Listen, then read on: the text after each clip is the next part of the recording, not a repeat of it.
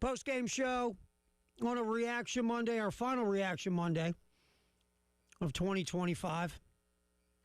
We got a lot to react to after 2025 is over. Get Jay Phillips in here. We got the Clemson game to talk about, and then we've only got about 50 or 60,000 other things to discuss after that, right? I've been doing this half my life professionally, I guess now, maybe slightly more if I do the math right. And I cannot recall a day like yesterday in college football where the numbers just kept coming at us, man, in terms of I mean, fired, hired, whatever. And, then you have the Stoops thing at the end of it all. Yeah.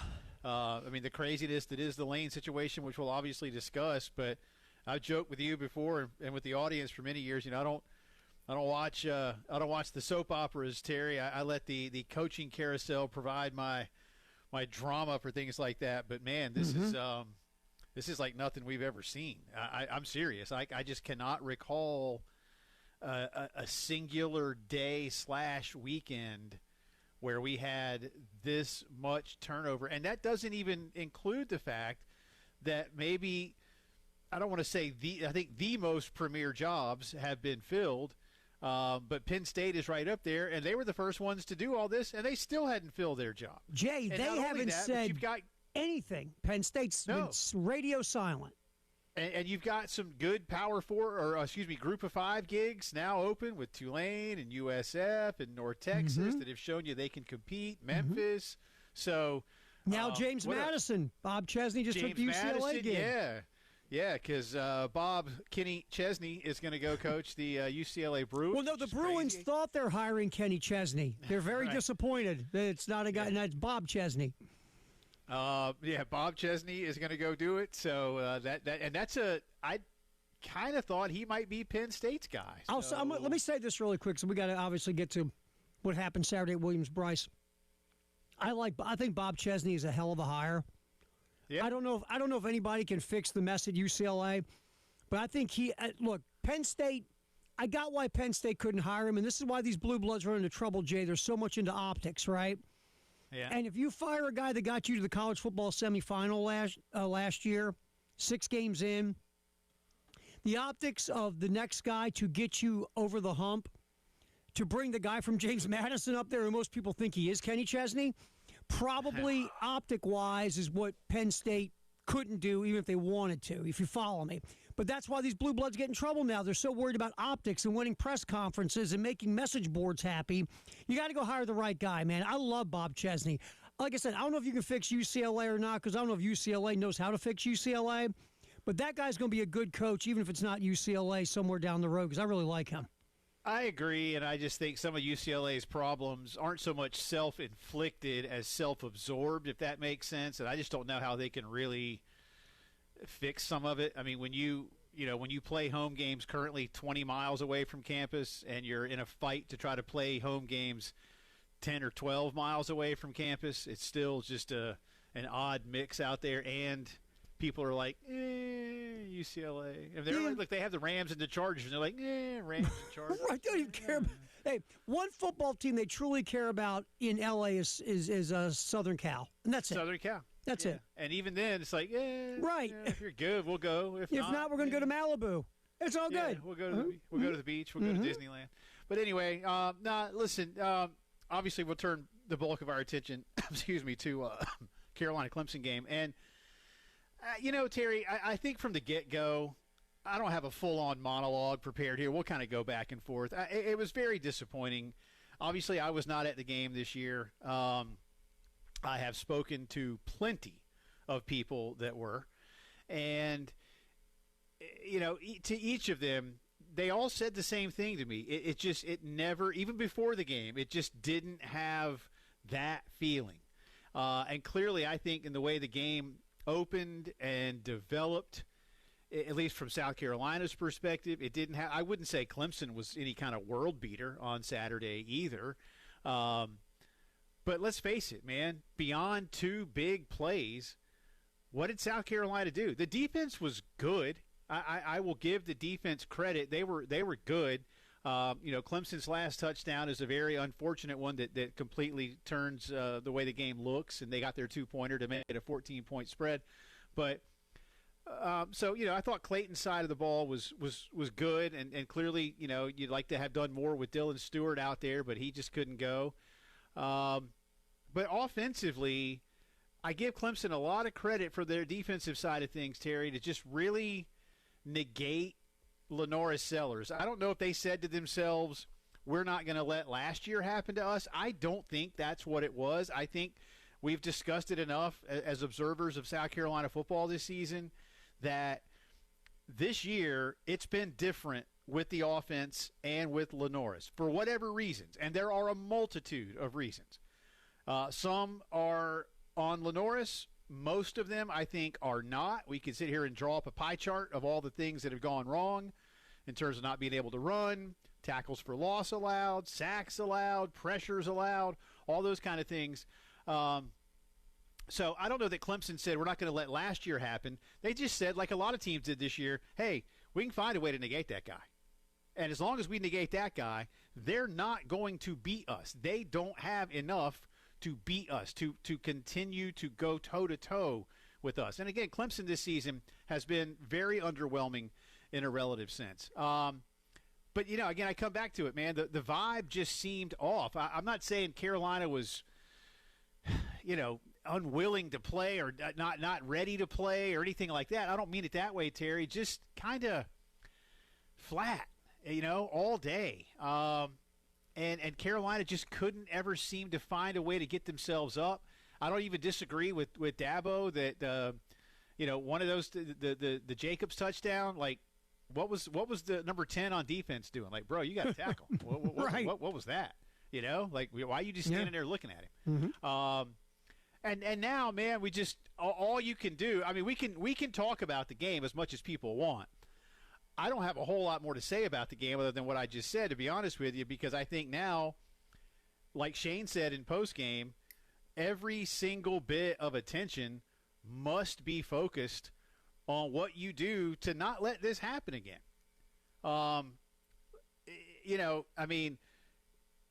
You guys, there's a poll running on the station Twitter feed today about what's most important, the OC or retaining players or, signing day coming up and all that kind of stuff. I think they're all, all of the above is probably right. Quite honestly, I'm as concerned, Terry, about retaining some key players as I am the OC hire. I'm not saying one is more important than another, but I really hope if Lenoris Sellers isn't going to go to the NFL, I really hope he stays at South Carolina. Dylan Stewart can't go to the NFL. If you're a Gamecock fan, you got to really hope that the kid like that stays at South Carolina because there's 2 first-round picks. So it's now all about the future. Again, we can dissect the game and what went wrong, but to me, it was just off all day. And what you can't do is let that off feeling linger into the off season. You got a big week this week in terms of retaining a pretty good recruiting class. You got to go hit the portal hard next month. Shane's got to go get him the right OC. There is a lot to be concerned about going into this offseason. Yeah, and, looking back really quick Saturday, to me, a few things happened. One is I think what Clemson did, Clemson was like, look, the only way that offense, South Carolina's, is truly going to get us, in their opinion, was let Lenoris Sellers tuck the ball and run. They only blitzed 10% of the time, Jay. Tom Allen's defense has blitzed over 30% of the time in every game. Only 10% on Saturday. Yeah. They were going to say we're going to rush 4 against a bad offensive line. We got NFL dudes on our front line defensively. We're going to go let them eat and see if they can get to him. And 2, we're going to keep guys back and not let this cat take off and make us highlight fodder like last year. And look, Lenoris threw for 381. It didn't feel like it. I mean, South Carolina. It's a very misleading. This year, that's a very misleading stat. It just didn't feel like you had 2 gigantic plays, a few other kind of explosives. But once again, you scored 2 touchdowns on 2 big plays. And look, we all love explosive plays. Problem with this offense, again, it's been like this on and off for Shane's entire tenure. They are not efficient They are a low success, low efficiency offense that relies on big plays. It's like anything, Jay, when you're getting big plays, they're great, but you can't live on big plays all the time. You got to be able to sustain drives and score touchdowns by going 10, 12 plays, 75 yards. And it starts with your offensive line's not good enough to let you do that. I mean, God love Josiah Thompson. I mean, he had the Saturday from hell. I mean, it just they're just not good enough up front. And you and I have said this. They can go find the ghost of Mike Leach and Bill Walsh and put them in the OC office. And they can go and they can go get Cam Newton and put him in the hot tub time machine and make him 20 years old again. And you can go put those guys out there, but if your offensive line stinks, none of this matters. That offensive line has got to be fixed. And I mean, not just no, it's got to be fixed, or none of this is going to matter, because that offensive line, to go with what your OC did this year, crushed your season. I hate to be that way. It just did. It did, and I think that's factor number one in the regression of the offense. I know Lenoris didn't like the use of the word regress in postgame, but I think that's the best label to place upon what happened. Yeah. And I know we've joked about it all year, Terry, when it comes to what we wanted to see from Lenoris, but that improvisational aspect, whether it's a play breaking down or just him having a feel, I felt like that wasn't there this year. And how much of that was because it was taken from him, and I don't mean that in a bad way, like just, hey, you can't always be that. You can't do that. I mean, again, there has to be some form of next-level development in him, not just let's go win football games at South Carolina. And that's fine. That's fair. I applaud it. I agree with it. I accept it. That's good. You do want that. But it just felt like maybe too much of that was taken out, or that he was just trying too often to make those plays instead of, doing what had always come naturally to him. And through the course of the season, we never really saw a whole lot of that come back to him. I don't know what that looks like. Again, I have no idea what his future is. I still think, like you do, that a lot of people believe he's still going to be a first-round pick because he's got such a high ceiling. But if he does come back to school, man, if you're a Carolina fan, you don't want to see him go do that somewhere else for a year. No, absolutely not. And look, at the end of the day, Lenore Sellers never looked comfortable all year. He just didn't. And whether it was you're so locked in on progressions early in the year that you're not instinctively playing the way you want to play, I think that's part of it. I think part of it is the opposing defense has said, look, we're going to spy this guy all year. We're not going to let him do what he did to us last year. Okay, great. But then, Jay, if they're taking away stuff, they are leaving themselves vulnerable to something else.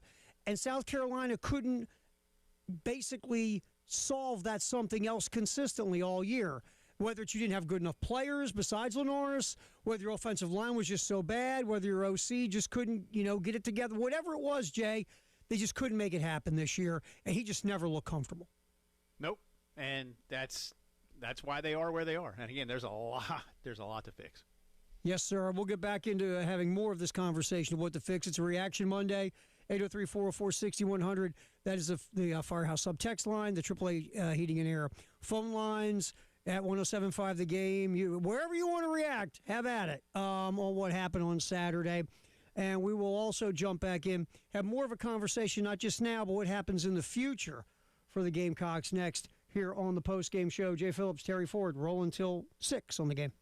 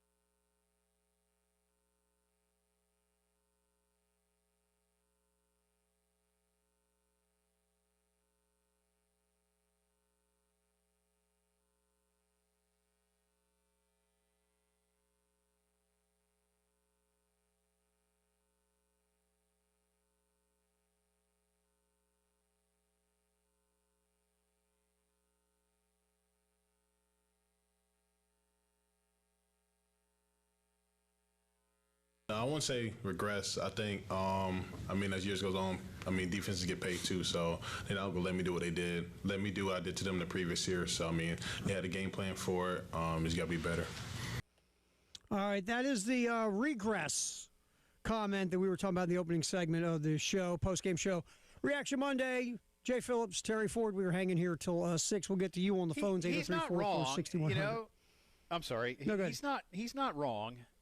Defenses do, again, this goes back to something that Deuce said to me years ago, Terry, because I forget what the context was. Remember, we had a fan call in and was saying, kind of a one-sided thing about what Carolina was doing. This is, and Deuce was like, well, the other guys watch film too. Right. And so, Lenoris isn't wrong. And regress is a strong word, and it has a pretty specific meaning. So I can understand that you might place a different label upon it, and I said maybe that's the easiest label to place. But, there certainly wasn't a lot of progression. Was it stagnant? I don't know. And again, if you only saw the box score Saturday afternoon, then you'd say, well, Lenoris lit it up. Mm-hmm. And in some ways, that's not wrong. But just, look at what the offense, if you watch the game, you realize, as I said, that those passing yard statistics are misleading. They happened. They're real, right? Those are facts. He completed all those passes for all those yards. But, with two of the big plays, that was, a third of the yards right there? Yeah, about a third, yeah. So, which means it was solid otherwise, but what did you do with it? And the answer was you didn't. You spent, I think, was it the entire first half or almost all the first half? South Carolina had 0 plays in Clemson territory because the 2 big play touchdowns. And was it 19 snaps? Yeah, it was Clemson, I think, ran 700 plays, it felt like. And they had the ball like almost 40 minutes. And, look, I think time of possession is a very misleading stat. It's what you do with the ball when you have it, right? Yeah. But when they had the ball, besides those 2 big plays, they could not sustain a drive that could get them into Clemson territory to do any damage. They just couldn't do it. And I think, Jay, to what Lenore says, and if you don't want to say regression, well, the numbers say regression. We can bat that back and forth all day. But again, going back to what you and I talked about in the first riff of the show, yeah, okay, teams watch film and say, we're not letting 16 run around us and over us and through us this year. We're going to spy them and force them to beat us in other ways. And just South Carolina had no plan B consistently to that attack defensively. They just didn't all year. No, they didn't. And again, it isn't as if South Carolina's coaching staff, offensive coaching staff, didn't realize that teams were going to do that. What did and maybe that's where, and I think Kevin Miller had some of this on Gamecock Central, maybe you misevaluated in a couple of spots. You do think that Sean made a little bit of a difference by the time Lonnie was let go, but by then, was it too late? By the time you had Mike Furry take over for Shula, was it too late?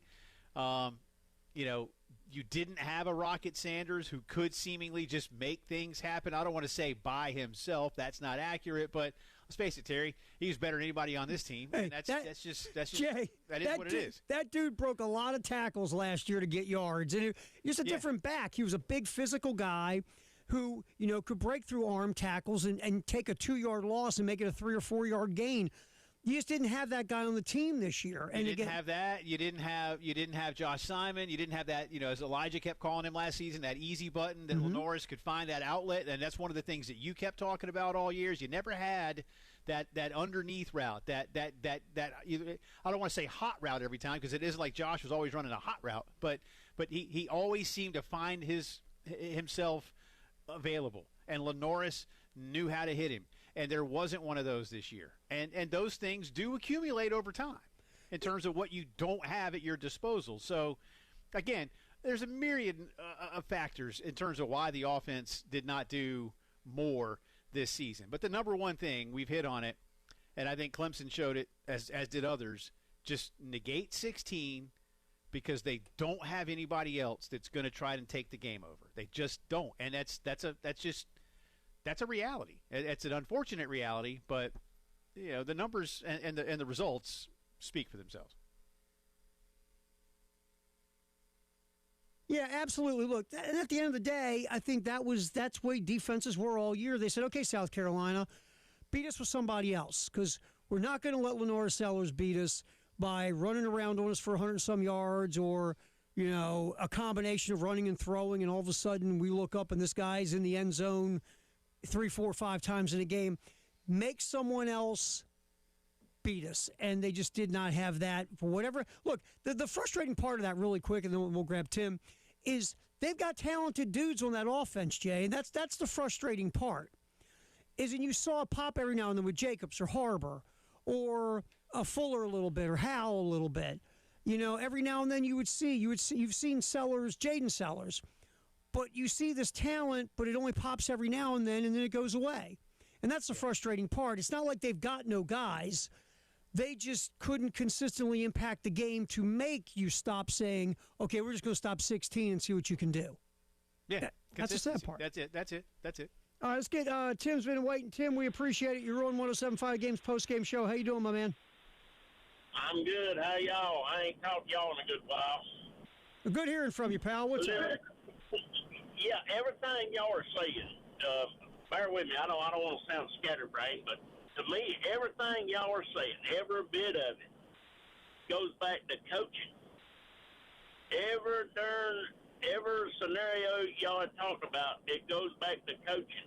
We've been talking about the offensive line. They sucked for 4 years. And I like Shane Beamer. I love his enthusiasm. I'll go to my grave liking Shane Beamer.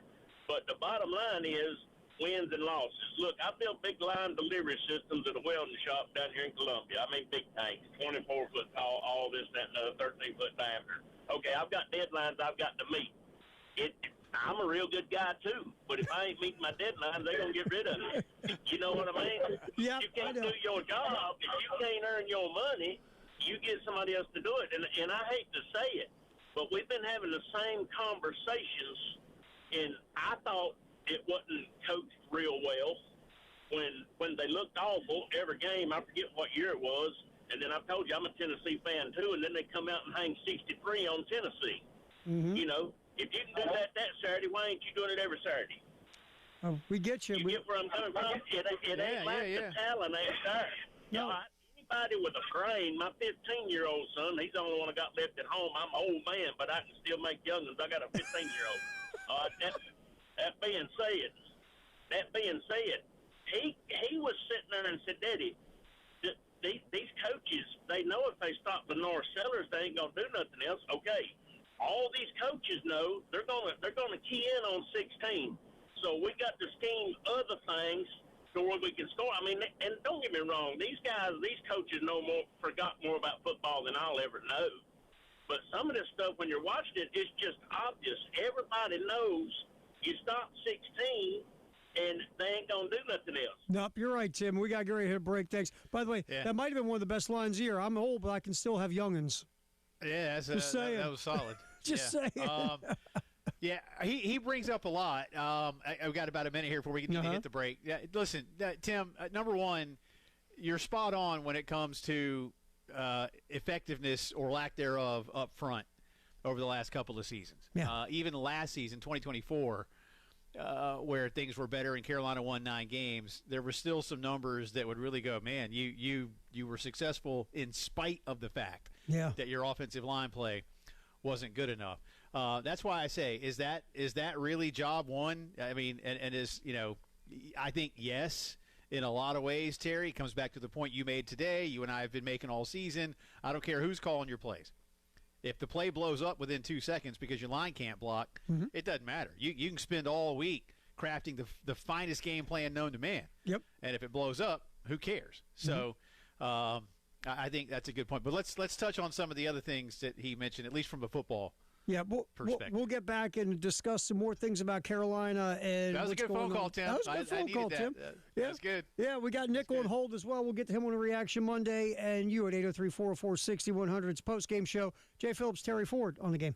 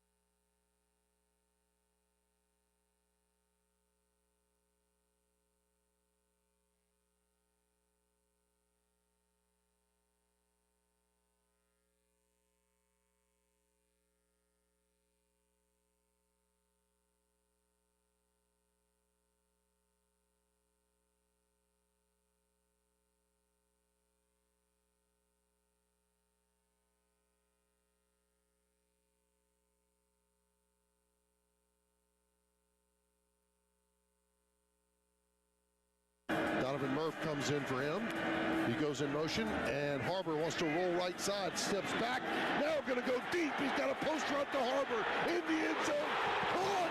Touchdown, Carolina! Touchdown, Nick Harbor! Go deep at Williams-Brice Stadium, 53 yards. Boom! Are you kidding me? There's one of the few highlights from South Carolina's 28-14 loss to Clemson. Todd Ellis on the call right here on 107.5 The Game in Learfield.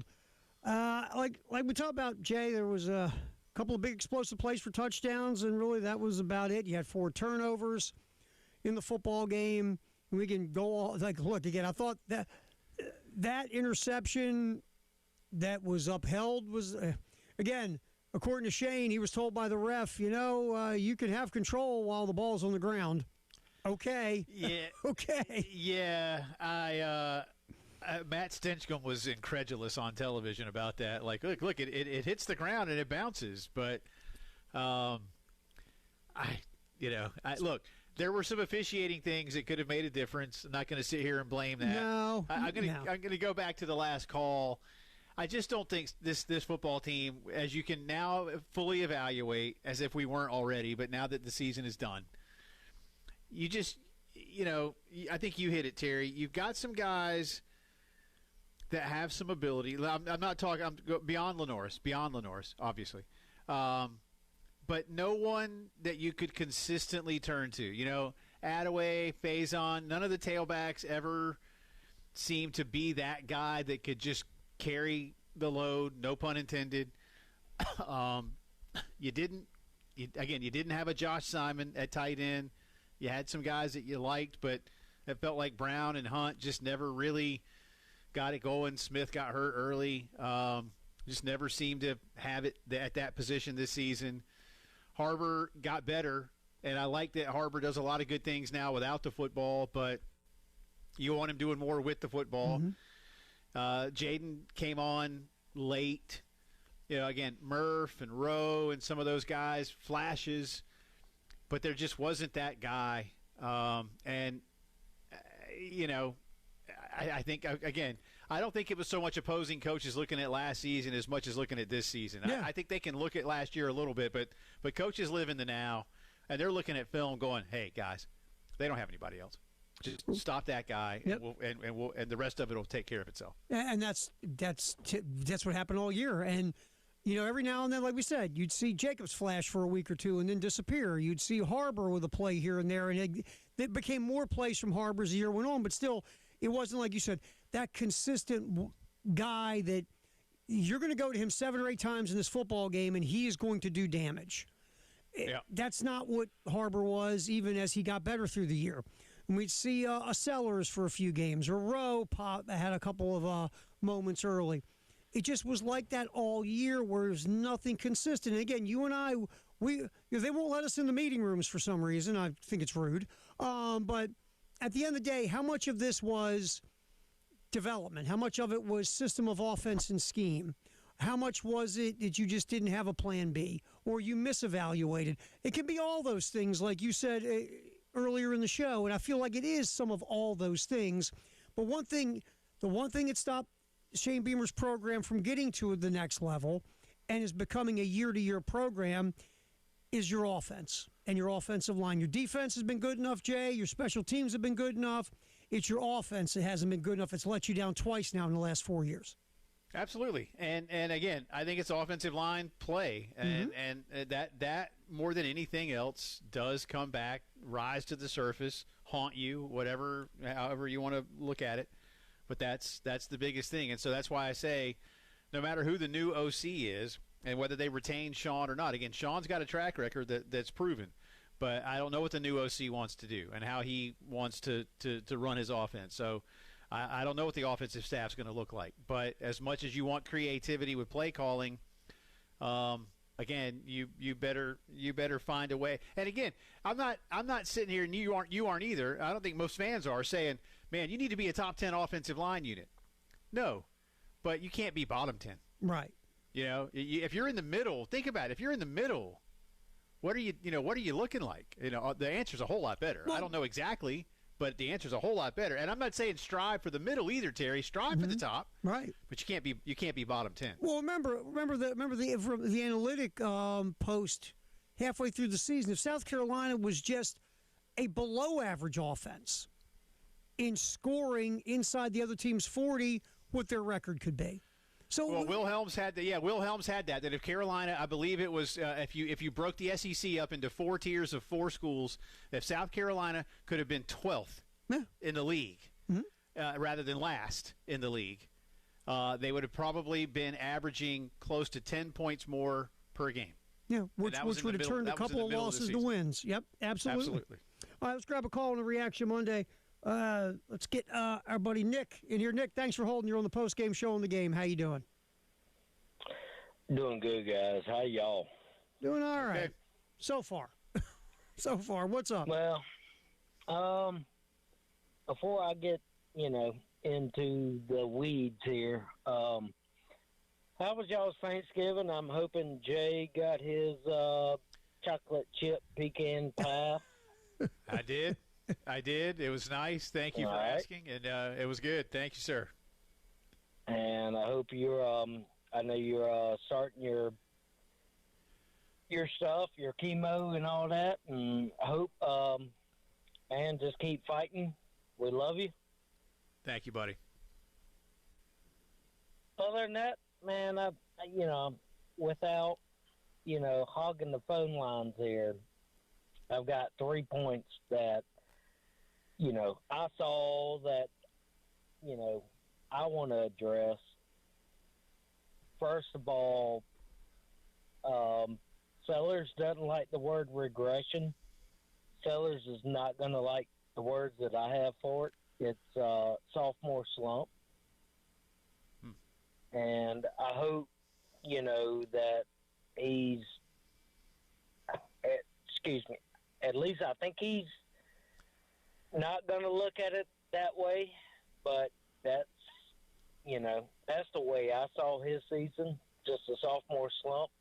I hope he didn't get bought into all the chatter in the preseason. And the third thing, and it was the same way with I called in a few weeks ago with the A&M stuff. We didn't make any adjustments.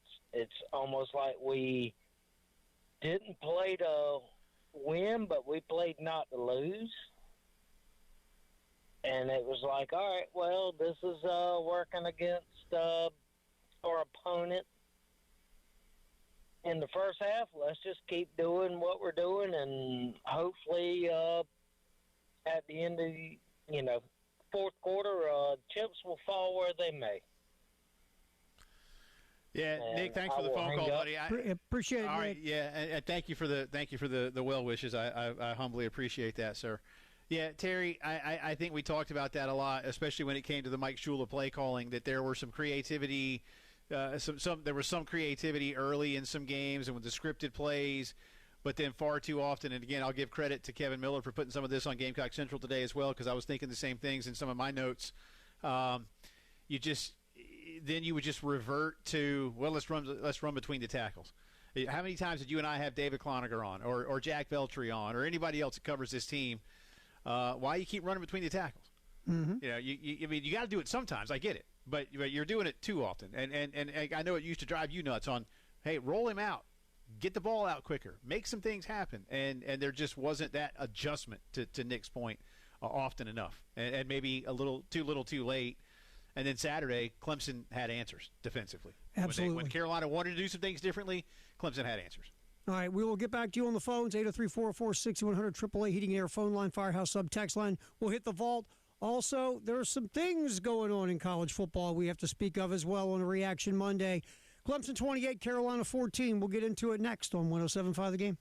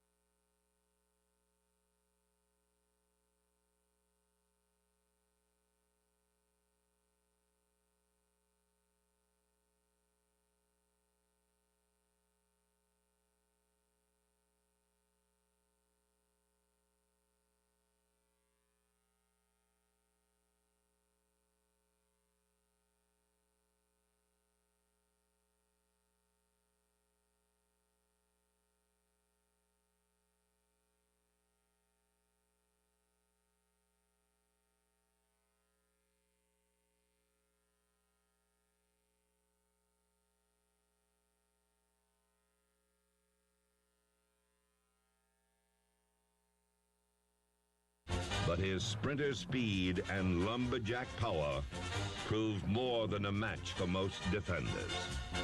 Time after time, the familiar cutback locating the open seam.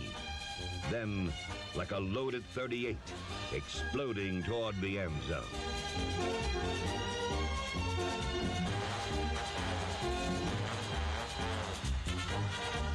Many tacklers chased his lightning and shrunk beneath his thunder. And the dude they're talking about on this day won the Heisman Trophy, Mr. George Rogers, my friend, in the vault. Terry, I remember, I got chills because I knew what that was before you told everybody.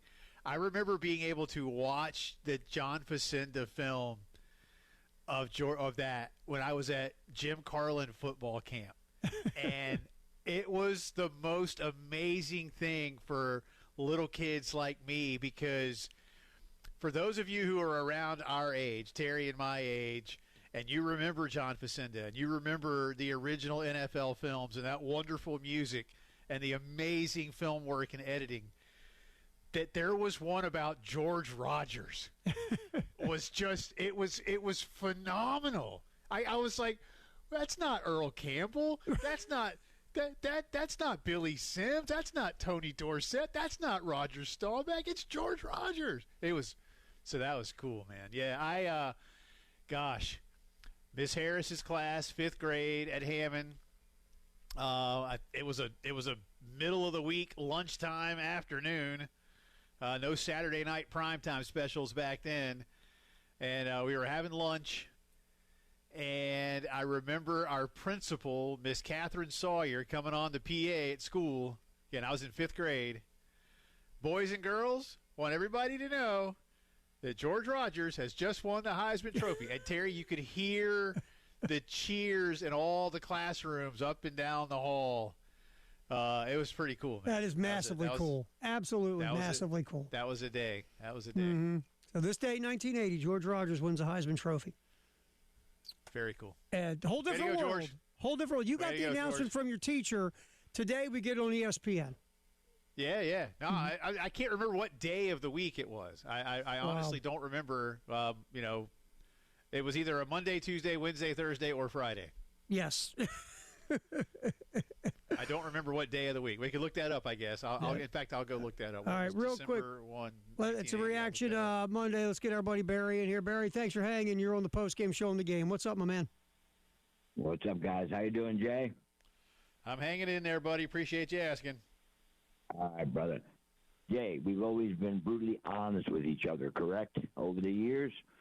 Yes, and, we got to admit this is kind of a rough year. And I'm not here to talk about offensive line or anything of that nature.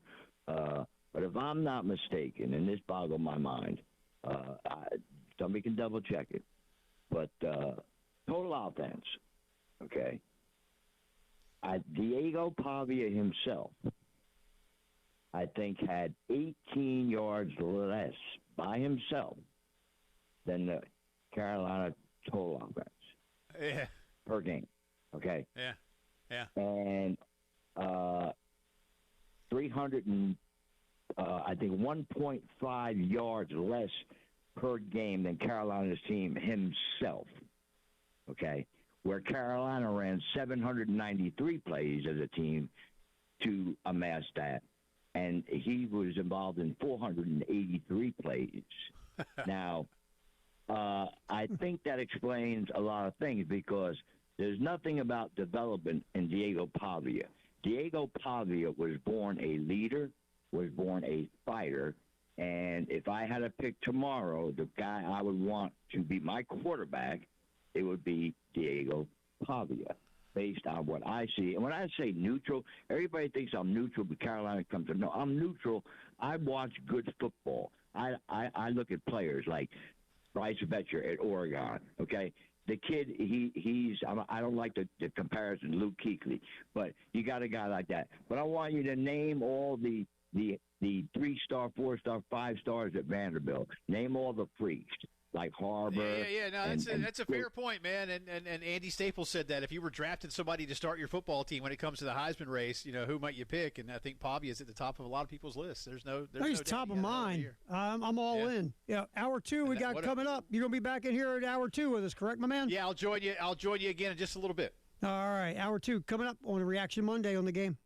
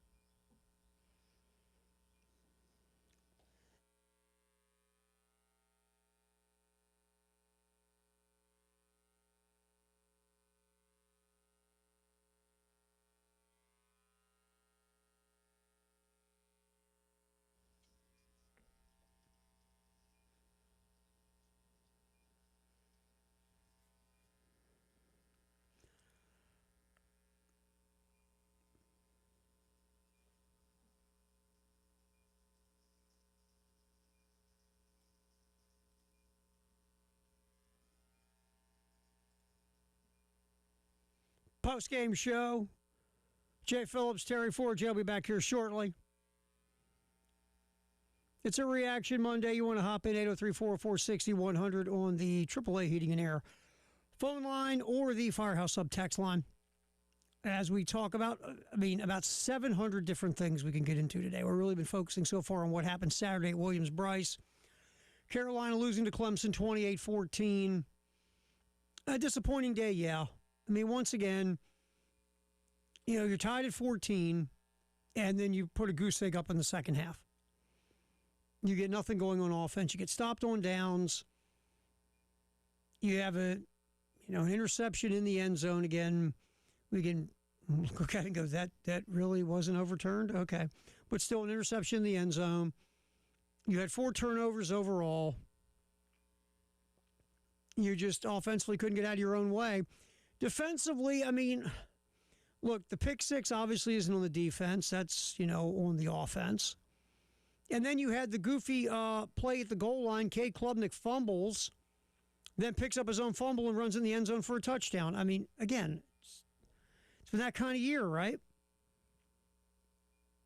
Clemson ran the ball a lot, and it was okay. They didn't, kill it. They only averaged 3.7 yards a carry. Adam Randall, he was a yard under his yearly average. He's averaging about 5.1. He was 4.2. But Clemson they were efficient and effective enough running the ball. And they were dedicated to doing it. They're we're bleeping going to run the football. And they did. And, again, there were times there was a lot of open receivers running around in the South Carolina secondary. Gamecocks, they got pressure on Cade Klubnik. They didn't sack him, though. Peyton Williams got 1 sack if you look at Statcasters. But just couldn't get Klubnik to the ground. But did get some pressure. I think Klubnik was pressured a bit more than Lenore Sellers was if you look at percentages. That's the thing about that football game is Klubnik, I think it was 37% of the time Klubnik was pressured. I think Lenore's was 32. Well, Lenore's got sacked 5 times officially. Pro Football Focus had 7. But the official stats have Sellers sacked 5 times. And, look, Klubnik got rid of the ball or found ways to evade the pressure enough to not get sacked, even if he didn't complete a pass. Lenore's, again, look, I don't know what it is. I don't know if Lenore's gets so locked in. You ever do this in life? You get really locked in on something, somebody walks up and scares the bejesus out of you. You're like, what are you doing? I was trying to concentrate here. Don't sneak up on me like that when I'm trying to concentrate. Is that Lenore's? He gets focused in the pocket, starts going through his reads and progressions, and he's so locked that he doesn't feel the rush. I don't know. Or is he a guy that's maybe a one read and take off guy? But maybe once you put him in that pocket and he's there X amount of seconds, then does he not have that feel? Or is it just the idea he's holding the ball and holding the ball and holding the ball to try to make a play or try to make a big play or try to make something happen, and he holds it too long because he's trying to make a play and he gets sacked? Because then by that point, he has no way to escape. It could be all 3. It could be just one. I almost feel like it's C in a lot of ways, more than the other 2. But it could be all 3 in some way, shape, or form. But Lenore's takes too many sacks. Is some of it on the offensive line? Sure. Is it some of it on receivers not getting open? Yeah. Is it because maybe the receivers aren't getting open because the route combinations aren't that well put together? Yeah. But no matter what the reasons are, Lenore's takes too many sacks. And I think it's everybody's fault. It starts with the O-line, obviously. There's been times Lenore's been sacked. The other team rushed 2 dudes. How's that happen? And there's probably times that no one's open and Lenore's holds the ball too long and he gets sacked because there's nobody open. It's a coverage sack. And there are times when Lenore's maybe could escape or could get rid of the ball or whatever the case, but he holds it for whatever reason and he gets sacked, and that one's on him. But just too many sacks. It's been like that all year. Just way too many sacks given up. Sacks are drive killers, man. You can go find any analytic website in the world that'll tell you when a sack happens in a drive, the percentage of success on that drive goes way down. Way down. So that was the thing on Saturday as well. Just look, this offense has not looked comfortable all year. It's been clunky. It's had its moments. Really, it had one game, Coastal Carolina. The defense that was ranked 121st in the country in efficiency, one of the worst defenses in America. Give South Carolina credit. They did take advantage of it and pummeled Coastal. But besides that game, the offense really hasn't had its share of one at all. Just hasn't. And obviously now the OC search starts. And where does that go? We've heard it might go to East Carolina, it might go to Old Dominion. There's four or five interviews, according to sources. We'll see where it goes. Shane wants to get it done quick. I always say this. It doesn't matter if you get it done quick, get it done slow, just get it done right.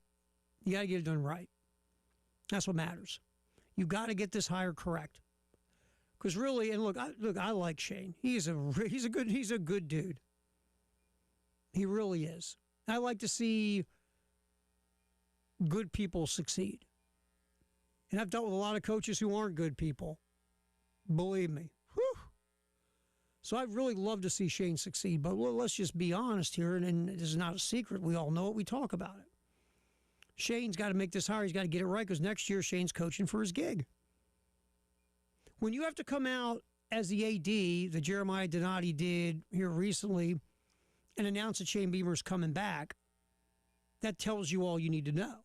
That it actually was a question mark, that it was a conversation. How deep it was, I don't know. It might have been easy. It might have taken a little bit of talking. Maybe a little thinking. But when you have to make that announcement, that tells you next year, seat's a little red. So you got to get the OC hire right. And the thing about the OC hire is you got to find a guy that's willing to come here knowing that he's going to jump on the staff of a head coach who's coaching for his job. Who wants to do that? You're going to have to make it financially worth someone's while to come do it. And maybe you got to put some other perks in the contract to get them because, again, they might be looking for a gig the following year. You hope not.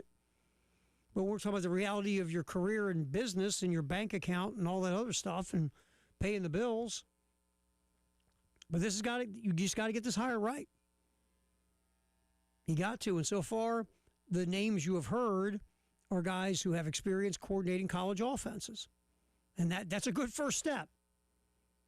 Because you need somebody with those kind of skins in the game.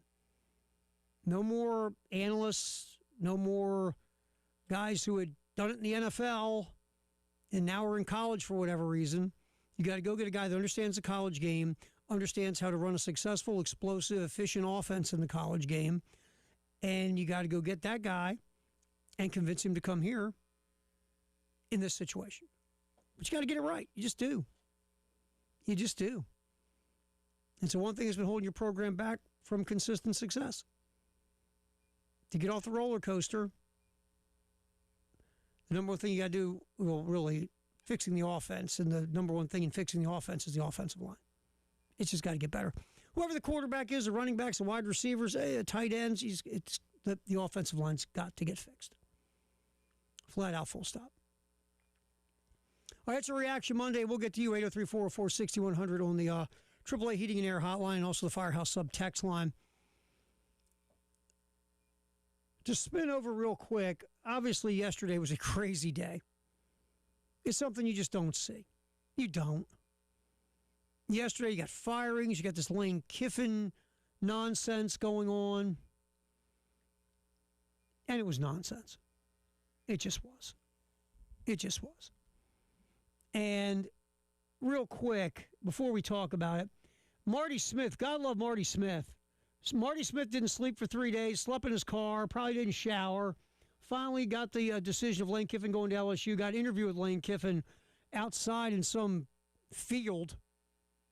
And here's Lane Kiffin talking to ESPN's Marty Smith about the emotions before boarding the plane to Baton Rouge. This was a very challenging, difficult day. We went through a lot last night with Keith Carter trying to figure out a way, to make this playoff, run work and be able to coach the team. And at the end of the day, that's his decision, and I totally respect that. I understand that decision, and so I just totally wish the team the best of luck. Wish that I was coaching, but understand that it was a very challenging position for him and the Chancellor to be in, and totally respect that.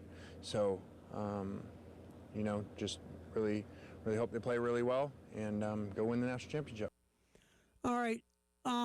Here's my thing real fast. So, look, everybody's going to have their own opinion on this thing, and I have a lot of different thoughts on it, but I'll just give you the first thing that runs into my head with Lane Kiffin. It's simple. You quit on your team. You did. You quit on your team. But, Tara, it's LSU. Okay, it's LSU. Who's in the college football playoff this year? Ole Miss. Who's not? LSU.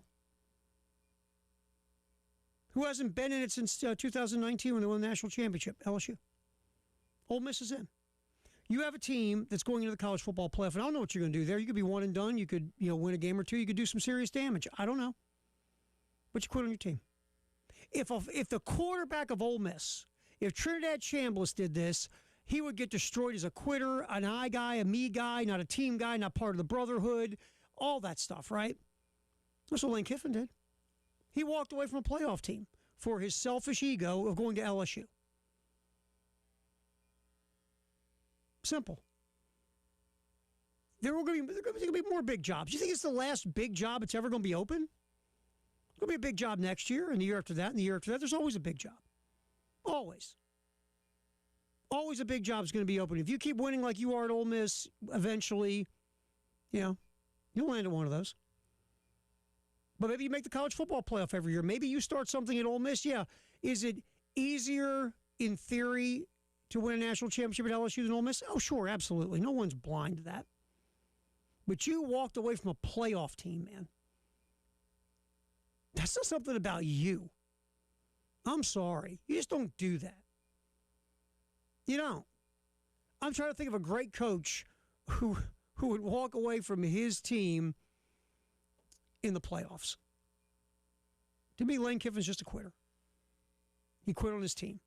So don't stand in front of your LSU dudes and start talking about brotherhood and family and sacrifice, because we know who you are, man. We know. Hey, Lane Kiffin go to LSU and win 15 national championships. God love you. Go get them. Yeah, still quit on Ole Miss. And that's the one thing I'll take from this, that I just won't change my opinion on Kiffin. That told me a lot of I need to know about Lane Kiffin. And all this other mumbo-jumbo about, the E60 and you love Ole Miss and I'm a change guy and I do hot yoga and whatever. Whatever, dude. No, you're you. It's who you are. And in a few years, you'll find a reason you want to leave LSU for something. Who knows? You don't like the food in Baton Rouge. I don't know. But you quit on your team, man. You did. You're a quitter. You walked away from a playoff team for your ego. You made it about you instead of your team. So don't ever ask your team to sacrifice for the good of the team and not think about themselves, because they can look at you and go, what, like you, boss? Like you? So that is my first thought when I saw this play out. Was, man, you just quit on a playoff team, bud. And there's no guarantee. Look, everybody thought Brian Kelly was going to kill it at LSU. He went to as many playoffs as I did. So this whole idea automatically that Lane Kiffin will go to LSU and this thing's going to be phenomenal, maybe. Maybe not. We'll see. All right, we'll get back to Carolina Clemson. It's a Reaction Monday. Give us a ring, 803-404-6100. Jay will be back with us just a little bit as well.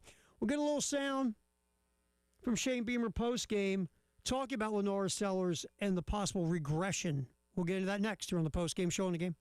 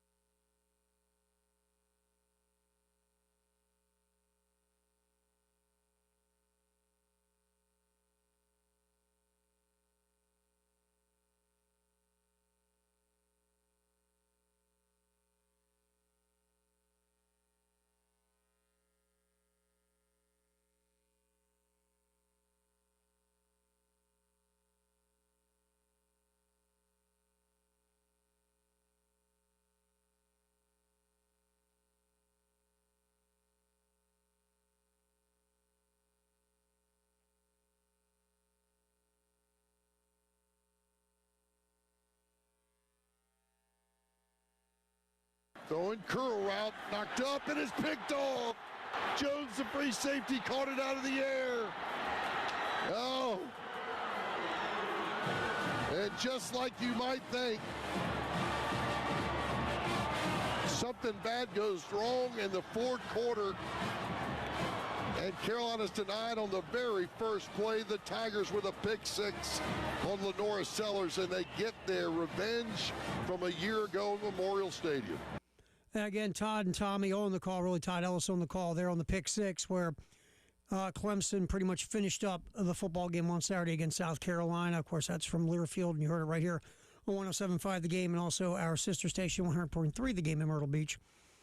All right, so just an interesting, if you look at the stats of this football game, and you see Lenora Sellers threw for 381 yards, 23 of 42, did have the 2 interceptions, the pick six there, and the other controversial interception in the Clemson end zone.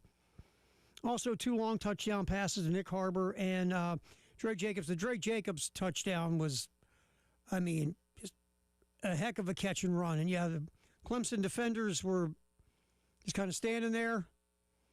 He broke a tackle and took off to the house. So the stats were built really, 127 of the 381 were on the 2 big plays.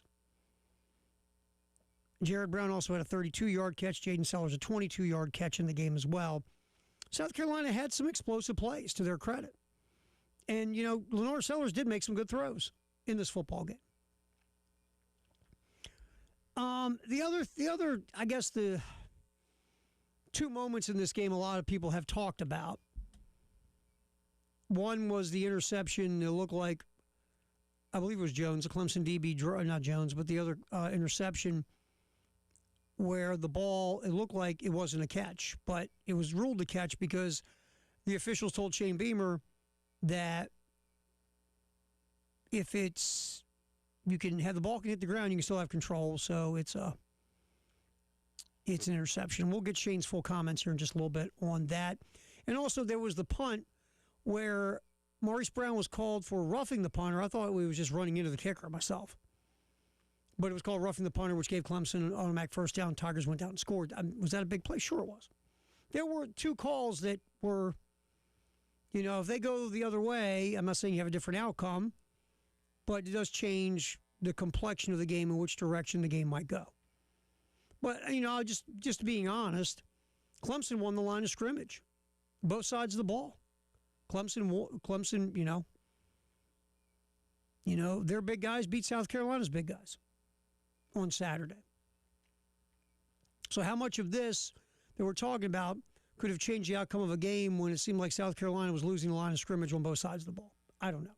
But those 2 calls do matter in how this game could have turned. Not saying it meant South Carolina would have won, but just those are 2 controversial calls that could have gone either way. Both went against South Carolina. The other thing I've heard a lot about is that 3rd and 3 call when Lenora Sellers takes a shot downfield to Nick Harbor. It's incomplete. Then 4th and 3, Lenora misses 2 open receivers, and South Carolina turns the ball over on downs. Yes, that was in Clemson territory. Yeah, it would have been big if South Carolina could have scored there. And there's been a lot of, criticism of the 3rd and 3 call. I guess the reason there's so much criticism of the 3rd and 3 call is because you don't make it on 4th and 3. Because really, that's what matters, right? Getting the first down. 3rd and 3, take a shot downfield. Now, you can say maybe Harbor wasn't open enough. The window was too small. Maybe Lenora should have looked off of Harbor and gone to one of his other reads. Don't disagree. But I don't have a problem with the idea of throwing it because you haven't run the ball well all year. Now, if you want to let Lenora, keep it and get out in space and try to get the first down, that's fine. But Clemson was doing everything they could to take it away. So the throwing of the ball doesn't bug me, but maybe the decision to make that throw. And then the 4th and 3, again, Lenoris, it had a little heat. There was a little bit of pass rush coming, but Lenoris didn't see his 2 receivers open. Maurice Brown was wide open in the flat, easy first down. Brady Hunt was open down the field a bit more. Either one of those guys, if you see them and make that completion, it's first down, move the chains and keep going, and who knows where that drive will end up. So to me, I didn't have a problem with the idea of throwing it there. Maybe the choice of the decision on who to throw it to in that spot, because again, the window wasn't huge. And that throw where Harbor was on the left sideline, you got to make a really accurate throw on that anyway. But again, Linares threw a dime down the field to Harbor for the touchdown. But that was just a really small window. And maybe there were some other choices on different reads, and maybe Linares could have gone with it. Again, there was a little heat coming. And we can never, ever, ever, ever not look that there is pass rush, because there's almost always some pass rush. But there was a lot of criticism on that 3rd and 3 call. And again, to me, I just think we point at it so much because 4th and 3 didn't get converted. But if you execute 4th and 3, when you have open receivers, multiple ones, then we're not talking about 3rd and 3 at all. But that's just my thought on the whole thing. Speaking of Linares Sellers, Shane Beamer in the postgame was asked about, does he think Linares Sellers regressed in 2025? Yeah, certainly. I don't think any of us played our best this season, David, when you finish with the record we just finished with. We had a lot of guys that did some really, really good things this season, and a lot of plays and moments that we need to be better at, and that's all of us. Me, every coach and staff member in here, and every player. But again, we're gonna get it right, and disappointing way to finish a disappointing season, to say the least. But could not be more excited about what's next as we move forward with like I said, the freshmen, the signing class we're signing on Wednesday, the players that are returning, and how we're going to make this team better, because there's a lot of teams that are, sitting there right now, David, getting ready to punch their berth to the college football playoff that were feeling like crap last year at this time, and you saw the difference from one year to the next, and fully confident that we're going to be one of those teams next year. Yeah, obviously that's the hope you have to have. And going back to the question, and Shane, look, nobody played their best this year. When you're 4-8, I agree with that, absolutely. Nobody played their best consistently. There were guys who had moments, games, flashes, but there just wasn't consistency from one week to the next. Heck, from one half to the next. You saw how much South Carolina struggled in the fourth quarter of games. Is did. So, when it's all said and done, nobody played their best consistently all year. And on either side of the ball, look, I think Brandon Cisse had a really good year. I thought the guys in the interior of the defense were solid. With Barrett and Goodwine and Brownlow Dindy, I thought they might not have been as good as the guys last year, but they were, I thought, pretty effective most of the season. Brian Thomas had his moments. He might not have been Kyle Kennard, but he had his moments. Dylan Stewart has been hurt lately. Had some impact plays this year. Wasn't the same wrecking ball force in the pass rush he was last year because he didn't have Kyle Kennard. And teams were like, look, just like Linares Sellers. Teams said, look, we're going to make sure Dylan Stewart does not dismember our quarterback. He was doubled. He was chipped. A whole lot of stuff went on with with Dylan Stewart, where teams are like, that guy's not going to sack our quarterback. But it was a year, yeah, Shane's not incorrect about the play of the football team. There were very few guys you could say week in and week out played at a consistently good to excellent level all the time. That's why you're 4-8. But at the end of the day, your defensive special teams is good enough. It was. It was a top 30 defense, top 40 special teams this year. That's above average. That's good enough to win games. Your offense killed you. Just being truthful. Offense killed you.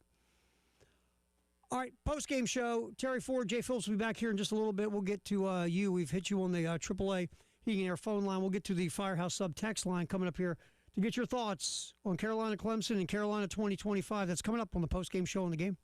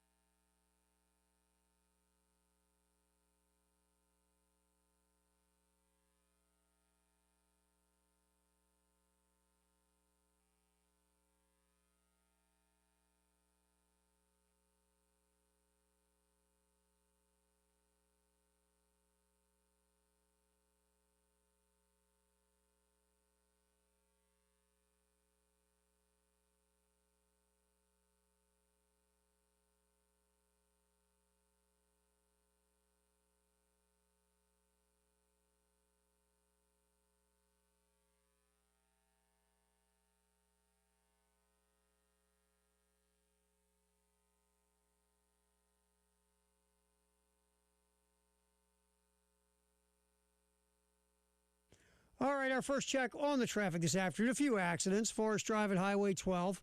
Also, Leesburg Road at Fairmont Drive. Two-notch right around Windsor Lake Boulevard. US 21 near Blythewood as well. Accidents reported in all those spots.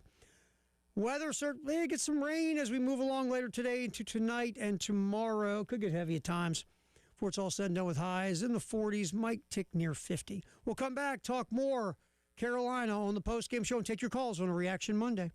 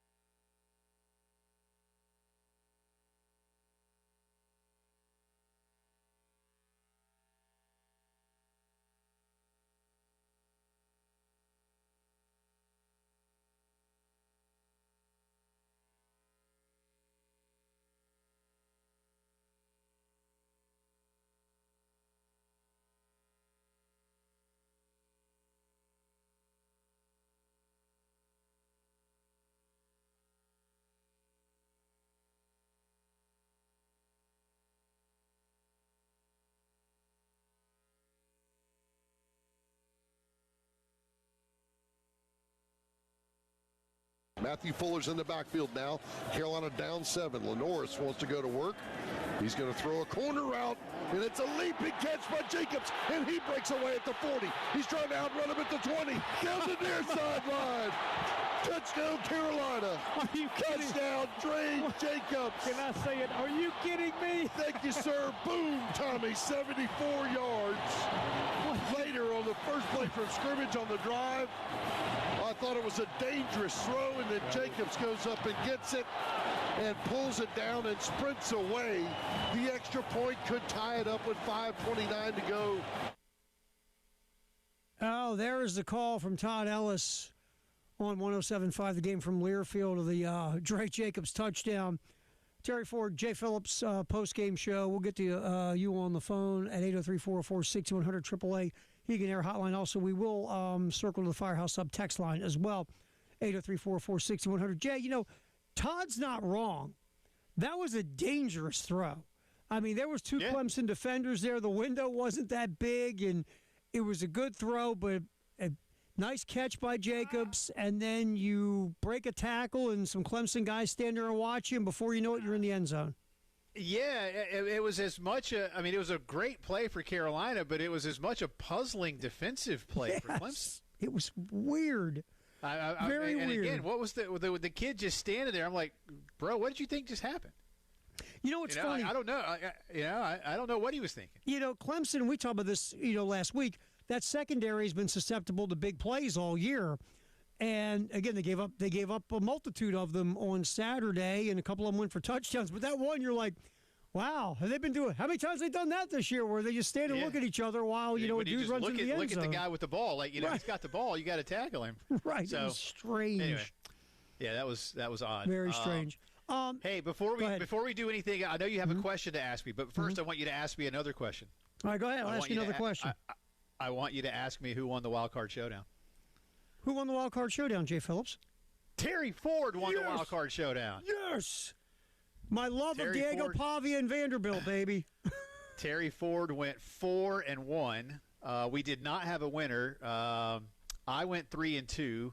One of our listeners, Casey, went 3-2, but I won the tiebreak over Casey. So it means Terry Ford is the outright winner of the week at 4-1. Elijah went 2-3. The tiebreaker statistic was total offense for Diego Pavia. You, sir, had easily the highest number at 360 total offensive yards for Diego Pavia, and you still missed it by 73 yards. 433 was the total. So congratulations. You went 4-1. Your only miss was Michigan, who did not cover the spread. The rest of us all picked Michigan except for Elijah. He picked Ohio State. The rest of us picked Tennessee. You were the one that picked Vandy. And Oregon was your wild card game, and you covered that one as well in Seattle. So, anyway, for the season now, I am 35-30, and you and Elijah are 33 and 32. Oh, look at that, man! It's getting tight. So it's tight. It's tight. It's tight. But congratulations, sir. Thank you very much. Are this week's winner. And if you want to, if you want to go, I don't know where they keep the beer cards. Get myself one. If you want to give one to yourself, have at it, man. It's holiday season. I've already gone through 2 or 3 of those in the last week or two, so I'm good. Well, hey, it's been a long football season, man. If you can get another one, get another one. I'll hook you up. Right, thanks. But yeah, look, I'll say this, and I agree with Barry about Diego Pavia, man. It just look, Diego Pavia's not going to play in the NFL. I don't care. All I know is I'm watching a guy as a college quarterback not only just change a culture of a program, right, and a football team, but he, like the last, month, Jay? Have you seen his numbers in the last month? Yeah.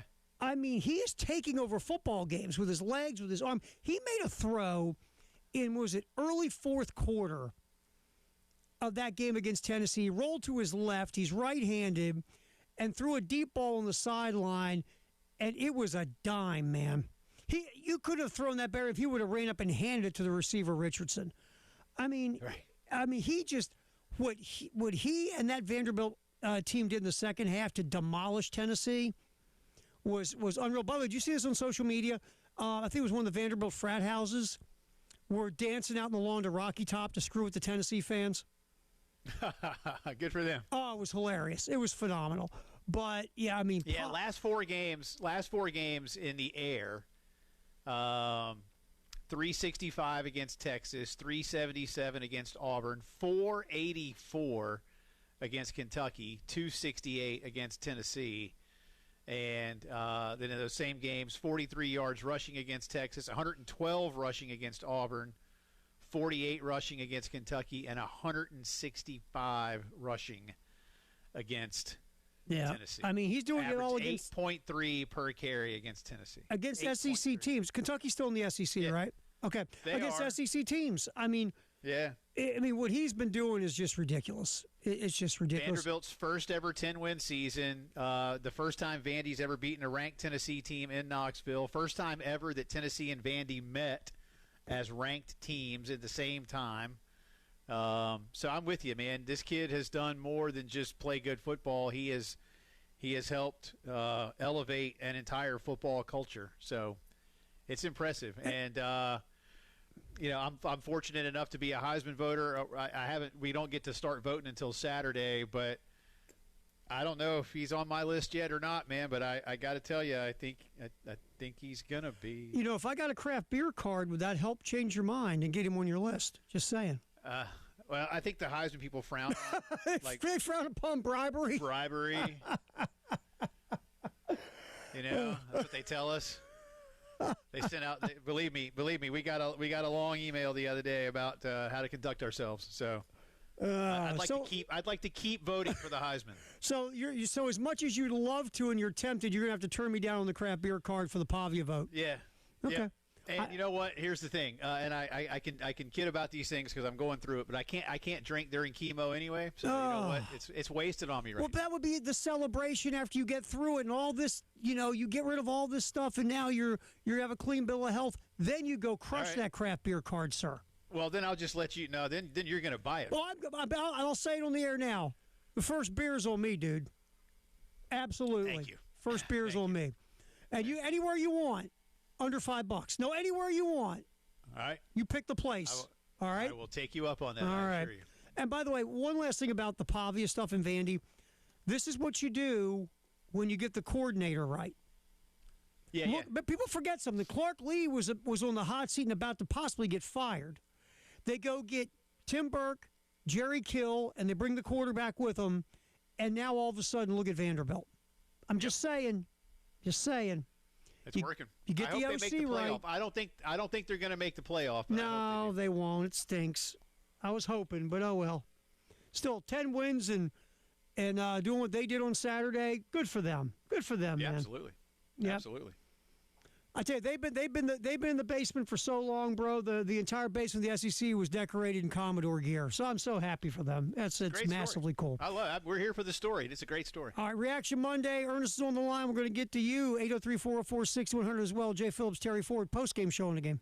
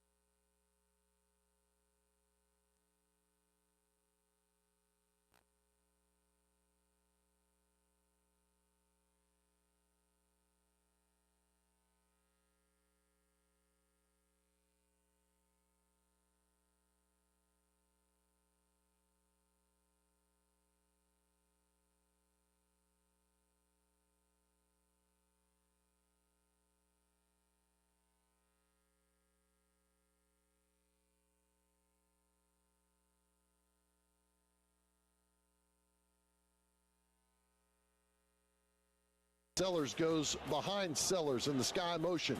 Lenoris backs up in the pocket. Got a crossing route, man wide open, caught at the 35.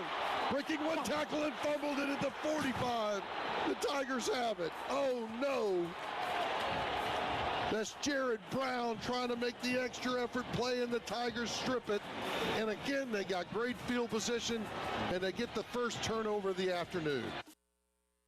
Again, Todd Ellis on the call on Learfield. You heard it right here on 107.5 The Game Saturday. The Jared Brown big play that ended in a fumble. Clemson got the ball.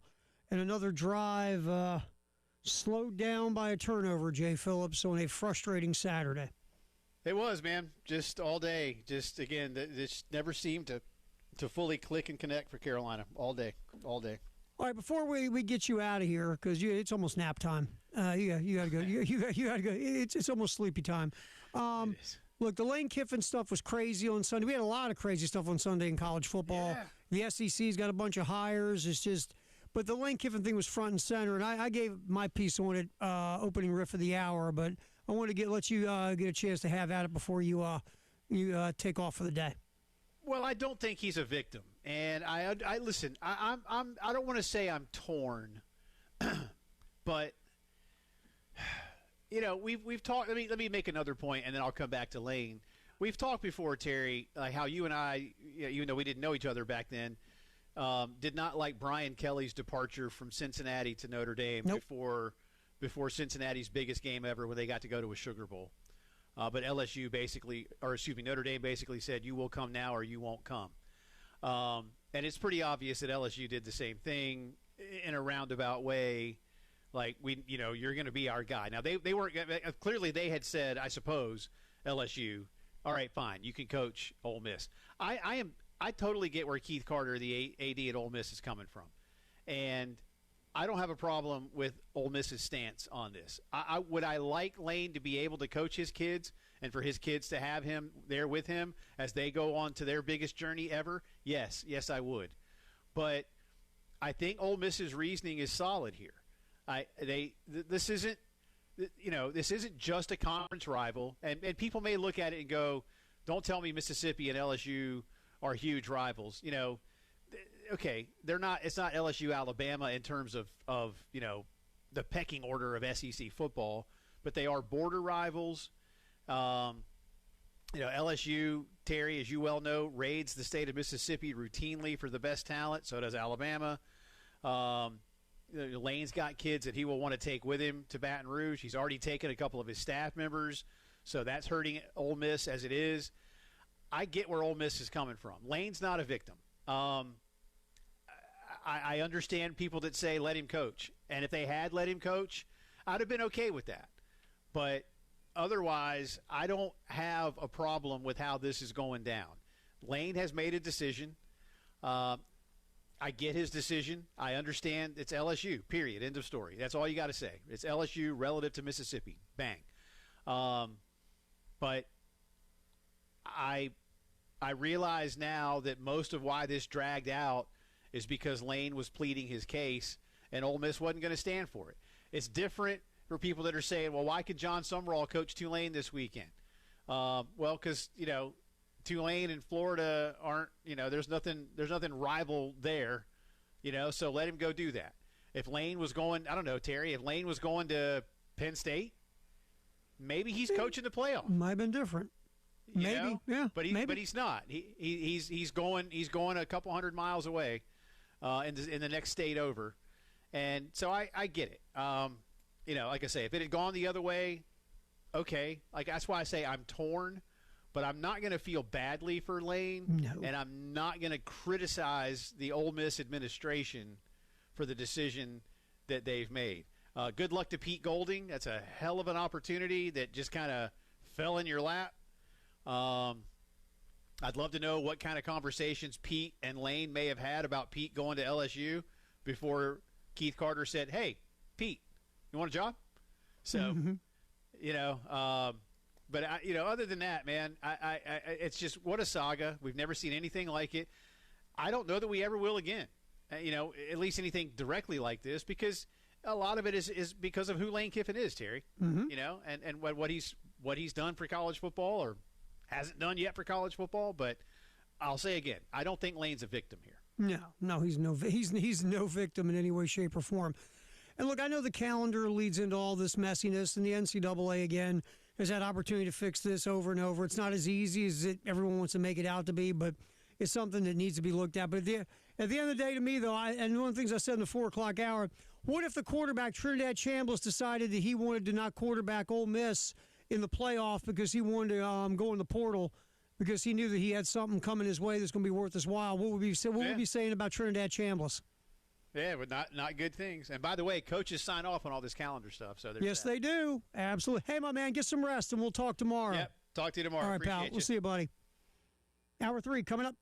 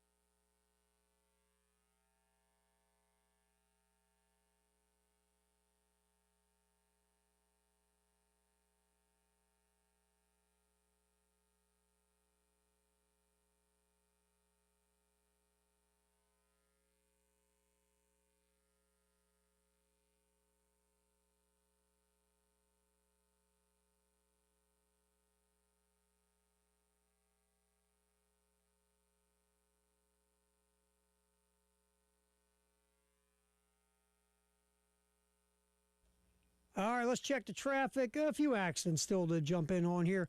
Forest Drive at Highway 12, also Leesburg Road at Fairmont Drive, US 21 near Blythewood Road as well, and always our construction. Between I-20 and 26, exit 64 and 65 at Broad River Road, like always. I-26 between Bush River Road and Old Sandy Run Road, and I-126 between Hugie and I-26. Weather tonight, rain will start later, go through the overnight, get heavy at times as well. Highs tomorrow in the 40s, getting near 50. All right, we will come back, give you the 5 o'clock news, sponsored by our folks at Integrated Media. That is next on the Postgame Show.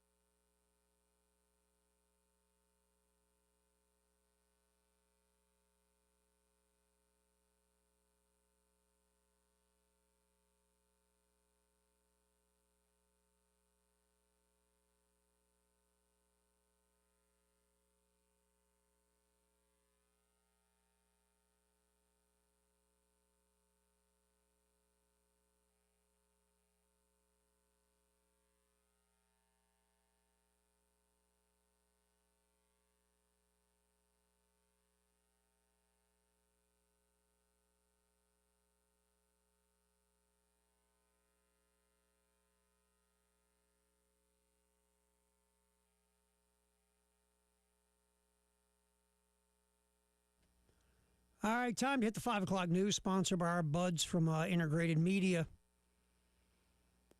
South Carolina, 28-14 losers Saturday to Clemson. Shane Beamer talking post-game about a variety of things. One thing we want to kind of focus in on is Shane talking about starting 2026 right away, which is obviously what you want to be doing after what happened in 2025. Here's Beamer talking about getting ready to rock and roll for next year.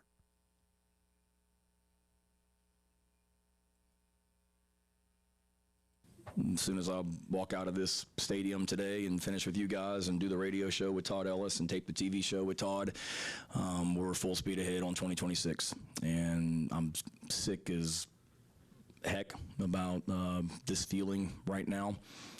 I'm responsible.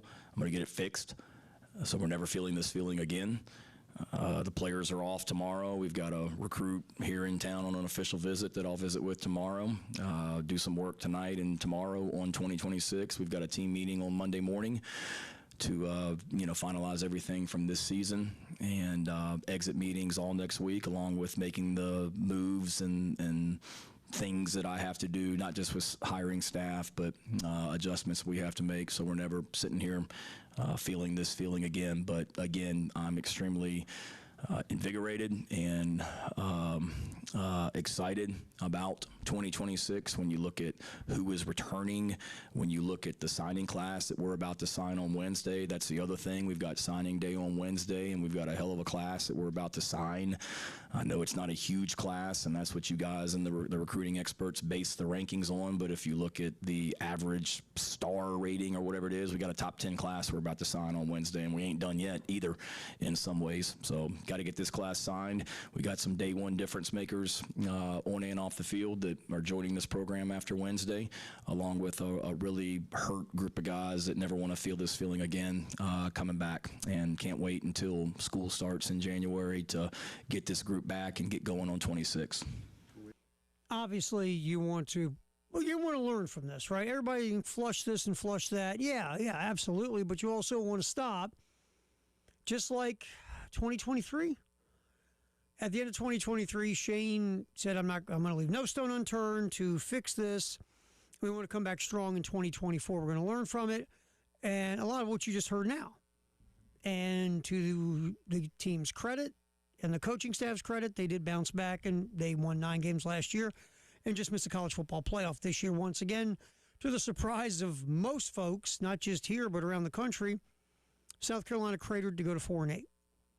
Even worse than 2023, which was 5-7. So we've seen it happen before. And so I guess is how confident are you it can happen again? Because it did happen before. It went from 5-7 to 9-3. Can it bounce back from 4-8 into another 8-4, 9-3 type season, or better? Whatever the case. We shall see. But Shane talking about getting ready right away for the start of 2026. So this does not happen again. All right, real quick, it is a reaction Monday as well, as we are doing the 5 o'clock news sponsor by Integrated Media.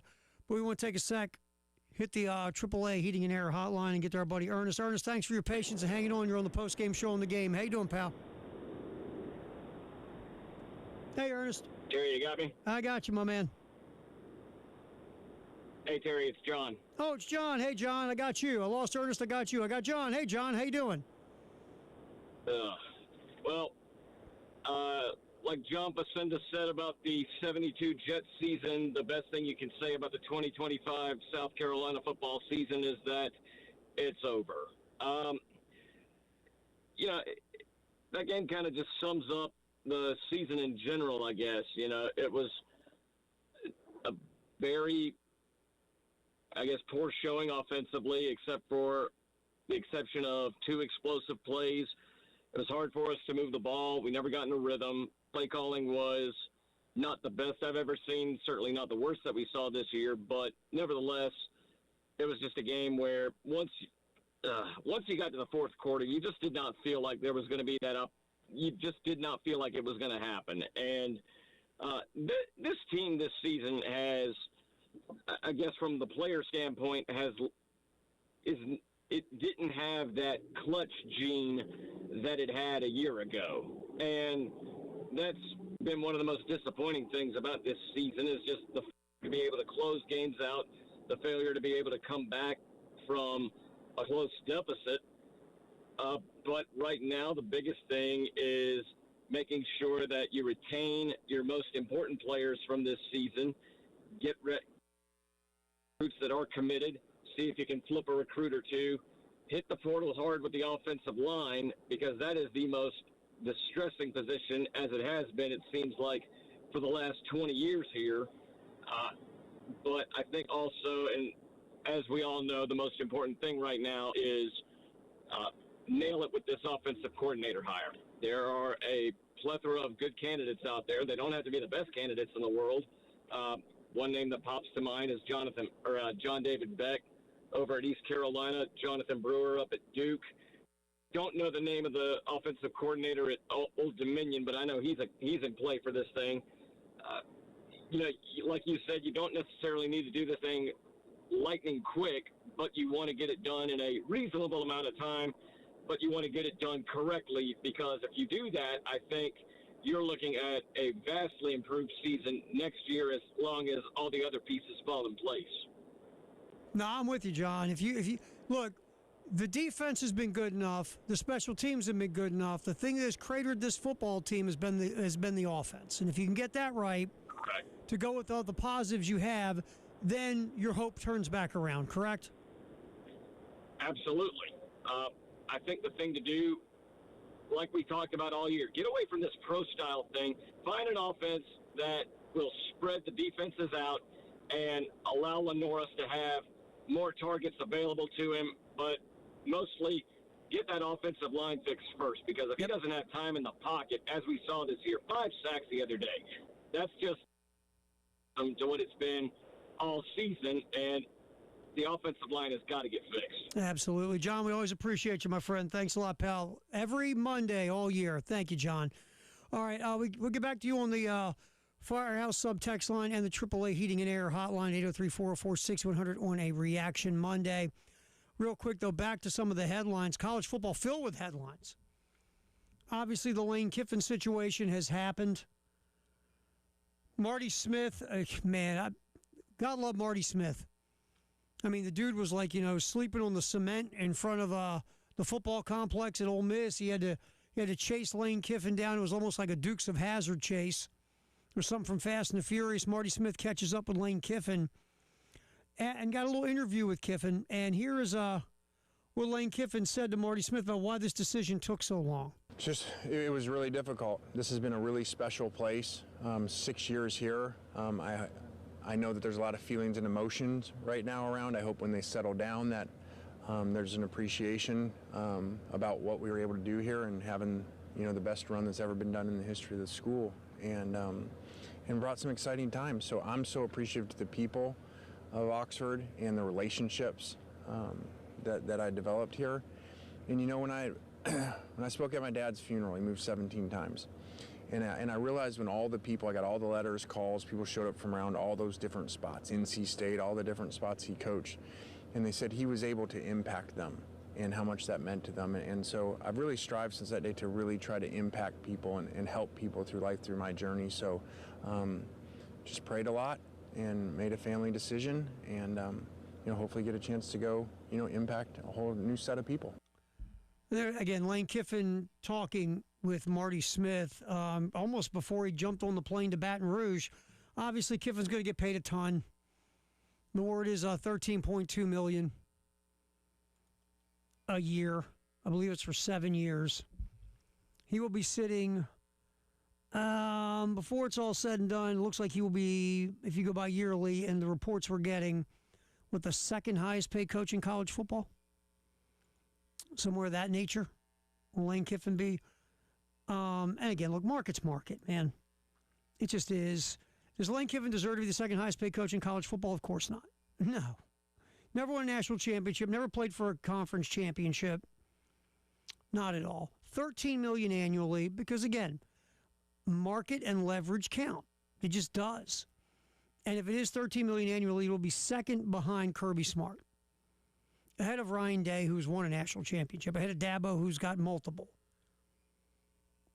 Yeah, I mean, but that's just the way the market bears, and the market always gets better. Now, the next guy, hot commodity with leverage, being courted by a blue blood who's desperate to win, will probably make more than those guys, too, before it's all said and done. Really, the guy that's happy is Ryan Day. Now he can go in the offseason. You know, that guy's getting paid more than me, and I got a national championship, and he doesn't. So anyway, Lane Kiffin, I said this earlier, I'm not going to repeat the whole thing. When I think of this situation, the first thing that comes to me about Lane Kiffin is he quit. He quit on his team, a team going to the college football playoff. He quit. I will always look at him as a quitter. He quit on this team. The leader quit. Think about that for a minute. What if that would happen in life? Think of all the great moments in life where you need a leadership, and in the history of even our country, not to compare it, but what if the leader would turn around and said, you know, like George Washington, I got a better offer from the British guys. So, look, I know all of you have hypothermia here at Valley Forge and you're losing limbs. The British offered me a heated tent. Sorry. I'll always remember our good times together, though. See ya.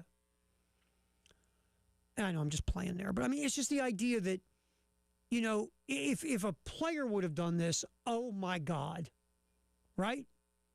Selfish, self-centered, thinking about the name on the back of the jersey, not the front. These kids today, this NIL. Lane Kiffin, the leader, abandoned his team going into the playoffs. A historic season for Ole Miss that, by the way, he hijacked at the end about him.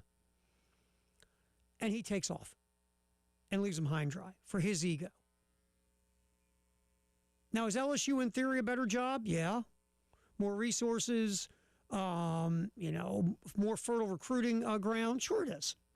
All I know that I look at the results since 2019 when they won their last national championship, one trip to the SEC championship game. Brian Kelly was brought in the same way Lane Kiffin's being brought in. How'd that work? The governor fired Brian Kelly. There's no guarantees here it's going to work. I know one guarantee is Ole Miss was a playoff team, and Lane Kiffin quit on his playoff team. So like I said earlier, don't sit in front of your team and talk about sacrifice and being, pushing yourself aside for the good of the team and the cause and all that other mumbo jumbo, because you don't do that. All right. Also, Ryan, let's see. Interesting. Pat Fitzgerald has been hired as a new head coach at Michigan State, a 5-year deal for Fitzgerald. Obviously, Fitzgerald hasn't coached since all the controversy at Northwestern. Fitzgerald, though, was successful at Northwestern overall. And maybe this is why Jonathan Smith all of a sudden got kicked to the curb at Michigan State, because Fitzgerald obviously was available and was interested in taking over in East Lansing. Maybe that's the deal. I'm a huge fan of Bob Chesney at James Madison. Bob Chesney just took a job very difficult to win at, UCLA. He'll sign a 5-year deal. If UCLA gets their head out of their lower extremities and decides they want to have a real football program, Bob Chesney's a really good hire. Bob Chesney's got a large job, but I really like Bob Chesney. Mark Stoops out after 13 years at UK. Stoops is on $37 million. We'll see which direction Kentucky goes. Alex Golish today introduces a new Auburn head coach. Did a really nice job at South Florida. And Arkansas's new head coach, Ryan Silverfield, just landed the top in-state recruit, Danny Beal. And we will obviously be giving our thoughts on all these coaching moves and changes as everything moves along. This was the 5 o'clock news, sponsored by Integrated Media. Gamecock Notebook. More sound from Shane and the players next here on the postgame show on the game.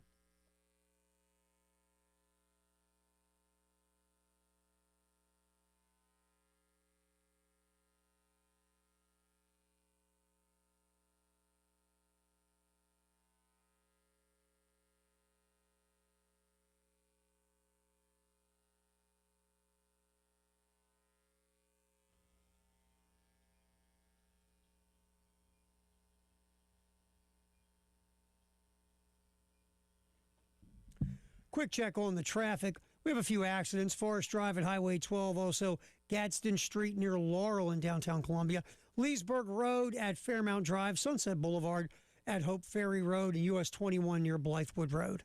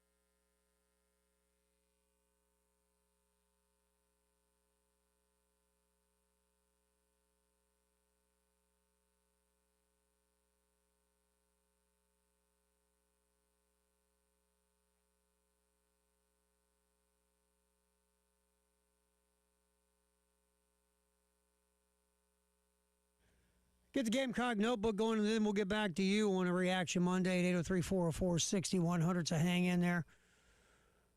All right. Gamecock notebook, we will start with, obviously, there's a gigantic offensive coordinator opening at South Carolina. And some of the names we've heard, John David Baker at East Carolina. And the East Carolina offense has been in the top 40 in the country, top 30 in many different categories.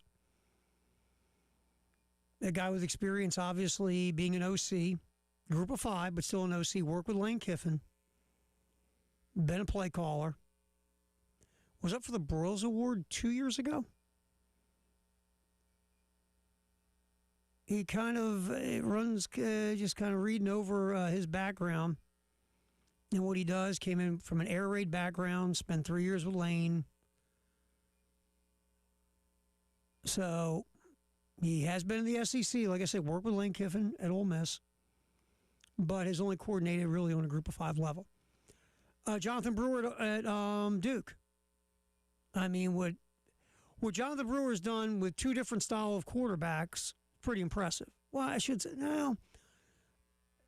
I mean, Mensa, who's there now, the kid that came in from Tulane, he's a thrower. He can move some. I mean, Malik Murphy was more of a dual threat guy, but 2 different quarterbacks that Brewer worked with and had really good offenses. Learned under Rhett Lashley, who learned a lot from Sonny Dykes and down that tree. A couple other interesting names on this list. I don't know. Jason Beck at Utah. Jason Beck came in from New Mexico, went to Utah because Utah needed to beef up the offense. Brought in Devin Dampier, the quarterback, with him. And Utah's offense much better this year. Beck has got a good rep.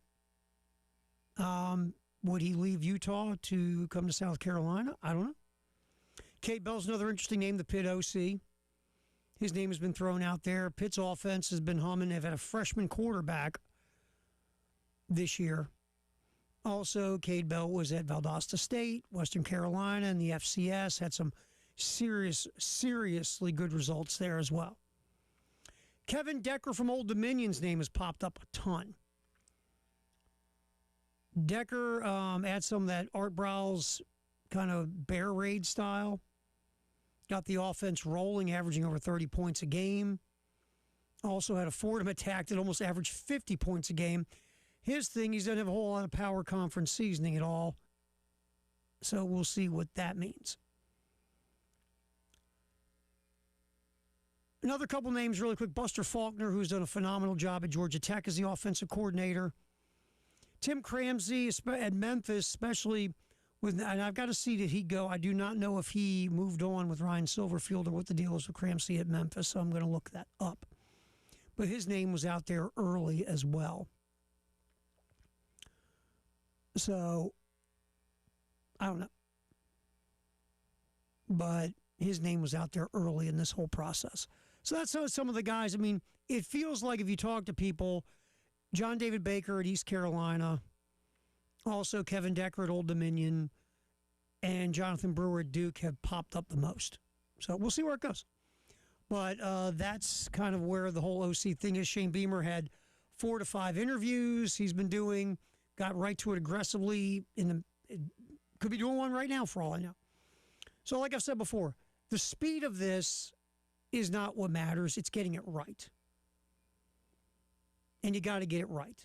It can't take forever, but you got to get it right. That's more important than how fast you do it. All right, some of the Gamecock Notebook. Also, it is a Reaction Monday. Let's jump to the phones real quick. Our buddy Justin has been patiently holding on. Well, we appreciate that. Justin, you're on the Postgame show on the game. Thanks for holding on, man. What's happening? How you doing, Terry Smith? Doing great, my man. What do you got for us? Hey, Terry Smith, man, Lee Kiffin can go post himself in a house in New Orleans. You know, I say he got a bit major New Orleans by now, you know. Yeah, and also, Shea Beaver, we know he can't go to that post out never again because it doesn't work no more cars.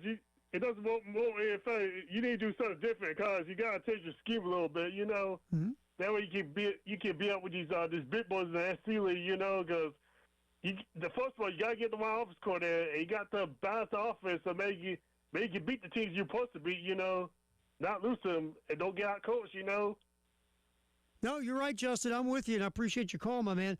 Yeah, I mean, look, it seems like all the guys Shane's talking to, this whole pro style thing is looks like he's like, the hell with this. We got to score some more points. We got to be more efficient, and we got to have a bigger success rate. And we still want to be explosive, but when we're not explosive, we still got to be able to go out and score points. And yes, fixing the offensive line is the number one thing to do, but you got to get the OC higher right. You just do. All right, real quick, Gamecock Notebook. Let's grab a real quick Shane here. Post game, Shane was talking about the calls that didn't go their way. There were a couple of them.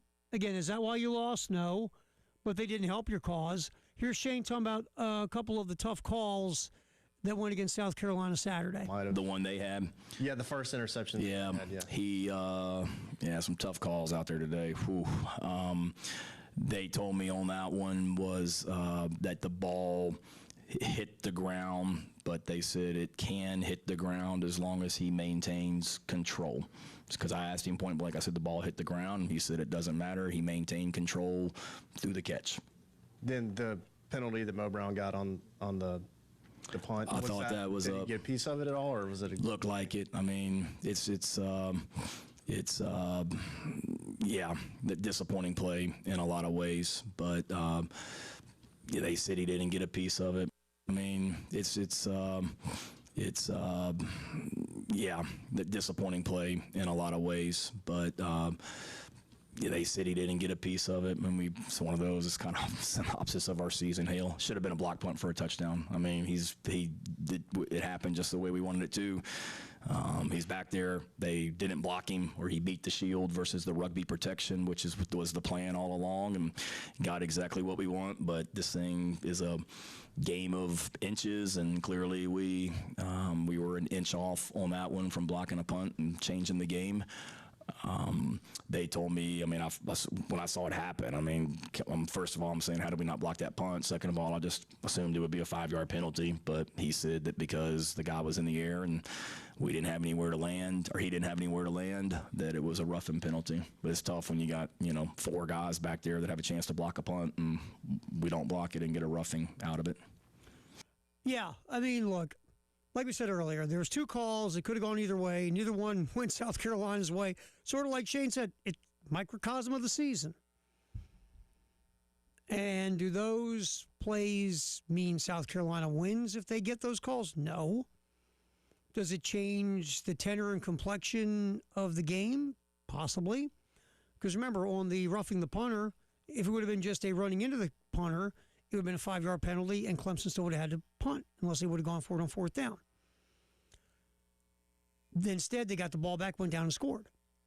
And on the interception that the Clemson DB, looked like the ball came out of his hand and hit the ground, they said, yeah, the ball can hit the ground as long as you have possession, and they said he did have possession. So, again, judgment call goes against South Carolina.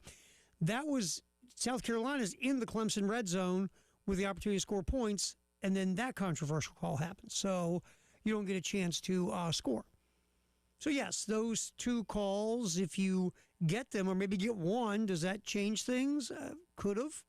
But bottom line was, honestly, and I said this earlier, Clemson won the line of scrimmage for 4 quarters. It just did. And we got a chance for you to go see Virginia Tech and South Carolina tomorrow night at CLA. We're going to get that going for you coming up. We have 2, I believe. Let me double check this, what Dreamy Josh sent me. And I got to get to break because I'm late.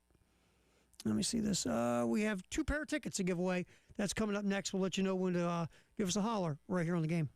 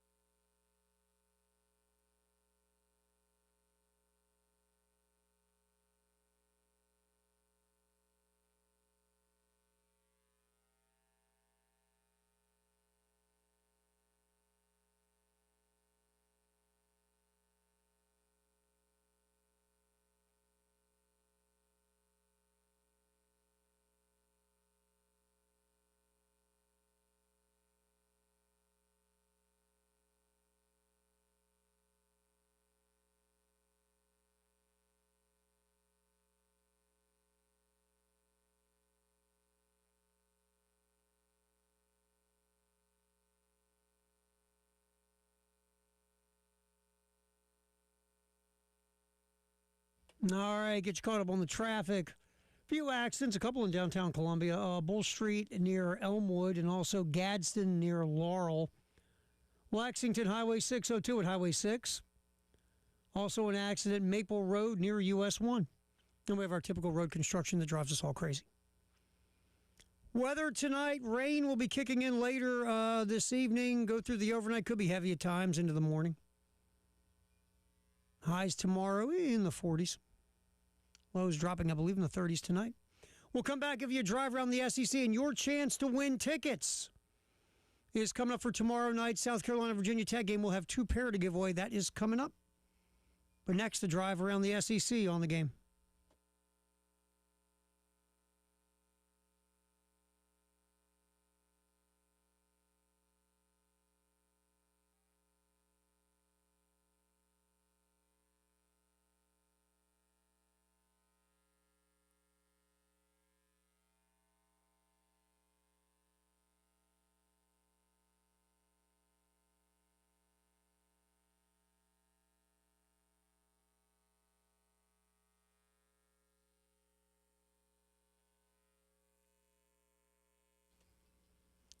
Time to get our drive around the SEC in here. First of all, there's new coaches all over the conference, obviously. Ryan Silverfield at Arkansas. You know, it's very interesting. The Arkansas gig should be a lot more sexy than it really is. Problem is, there's, the rev share at Arkansas. John Calipari's getting more of the rev share for men's basketball than typical, because John Calipari's not showing up if you don't give him, more than 15% rev share. So how much are you getting for football? And the NIL space, yeah, you have Tyson's, you have Jerry Jones, but not as much money is being funneled to the football program as you would think. And that's a turnoff when you're battling the behemoths of the SEC. And look, Arkansas, they care about being good at men's basketball. They care about being good at baseball. They care about putting money toward those programs so they can be excellent on a big stage. And you heard, coming out of Arkansas from their AD was, look, we got a better chance of being special at baseball and men's basketball than we do with football. Ooh. What high-level coach are you going to hire with all that going on? None. Ryan Silverfield did not build it at Memphis. Justin Fuente had it cooking really well when he handed off to Silverfield. So is this guy a program builder? I always look at this. When you need your program built and you hire a guy, can you build a program? If the answer is, I don't know, well, maybe you should have hired somebody else. But maybe this was the best somebody that Arkansas could get. We'll find out.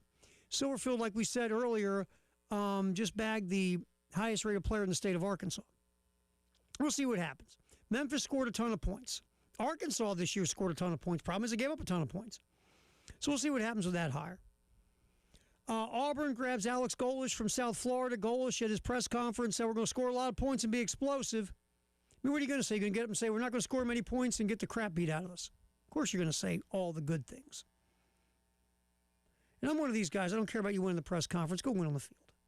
That's what I care about. I think Golish is a good hire by Auburn. Look what this guy did at South Florida. He's worked under our guy at Tennessee. And he learned explosive offense.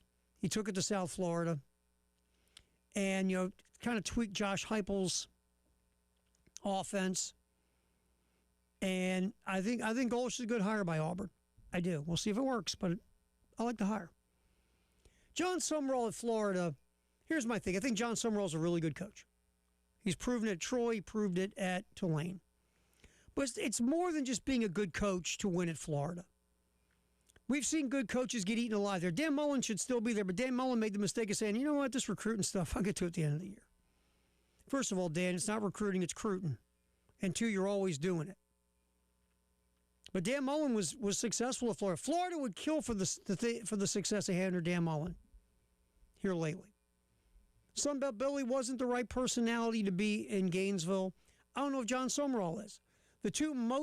I say this a lot, the 2 most successful coaches of Florida, Urban Meyer, Steve Spurrier, big egos, huge self-confidence. Had no problem telling you, hey, bub, get out of my kitchen. I don't need your meddling. I got this. I don't know if John Summerall is going to be that guy. We'll see. But he's a good football coach. But it's one thing to be a good football coach. It's another thing to be a good football coach at Florida. Scott Strickland, the AD, likes to get his hands in everything. They hired a GM.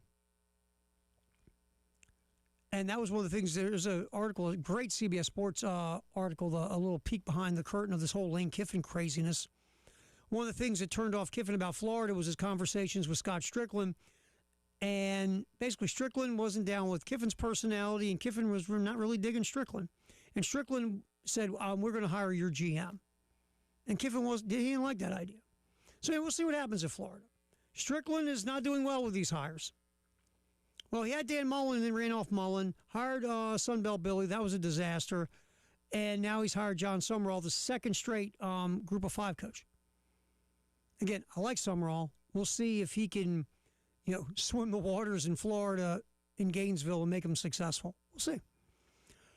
We don't know who is going to replace Mark Stoops at Kentucky. It was kind of interesting that Kentucky didn't do this quicker so they could go after Summerall, who played at Kentucky and coached there as an assistant. It was kind of, the timing of Kentucky's a little weird. LSU obviously gets Lane Kiffin. Look, I'll say this really quick.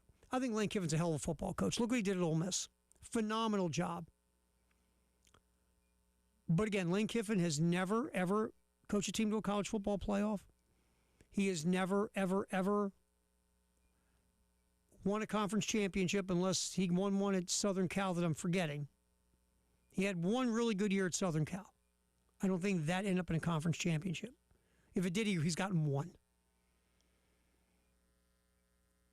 You're hiring Lane Kiffin on what he did at Ole Miss. Flat out. Thinking, okay, look, he's a different coach than he was at Southern Cal or Tennessee or with the Raiders or whatever. Now he can come back to a blue blood, and we give him all these resources and this great recruiting base, and he's going to win us a championship. Good luck. All I know is you see these big-time hires are not working out. Brian Kelly at LSU, Lincoln Riley at Southern Cal. You look at the top 20 programs in America. They're either coordinators who got handed really good situations and are running with them and keeping them successful, or hires that didn't make everybody tingly because they weren't big dogs. So good luck, LSU. Good luck, Lane Kiffin. We'll see. Also, when you go through these hires, what's one do I think is the best really quick? I mean, everyone's going to say Kiffin, so let's slide that one aside. I like Golish at Auburn. Again, you got to navigate some meddlers, but if you can do it, Golish might be successful. We'll see. I drive around the SEC. One other little pop here. Texas, of course, beat Texas A&M. Feels like a month ago, but late last week. And then Steve Sarkisian does what you got to do after you win a game like that. You got to pimp your squad for the college football playoff. Here's Sark talking about why Texas should have a case to be in the CFP. What kind of statement do you think that made to the committee? Well, I think this. If you really look at the body of work and you look at the Southeastern Conference and what we have to go through every week, you look at the non-conference schedule we play to go to Ohio State in week 1 and lose by 7 when we outgained them by nearly 200 yards. We got a really good football team, and it would be a disservice to our sport if this team's not a playoff team when we went and scheduled that non-conference game. Because if we're a 10-2 team, it's not a question. But we were willing to go play that game. So is that what college football is about? Don't play anybody and just have a good record, or play the best and put the best teams in the playoff, and we're one of the best teams. He's so cute, isn't he? And, man, you also lost to Florida. If you don't lose to Florida, you're 10-2. You didn't bring that part up, did you, Sark? No, you did not. And then with Sarkisian, he does say something that's true. It's like, do we value playing a tough schedule? Well, I can answer that for you. This committee does not value playing a tough schedule. They don't care. They care about whatever they're going to care about to fit their agenda, and that's what this committee does, and that's why it's fertilizer. There's no set criteria because, college football doesn't want that. We'd rather have a committee of human beings who aren't objective, who are twisting and turning the agenda to make it a really entertaining TV show. That's what we get most of the time. Every now and then they don't do that, but usually that's what they're doing. And their love for Notre Dame is almost embarrassing.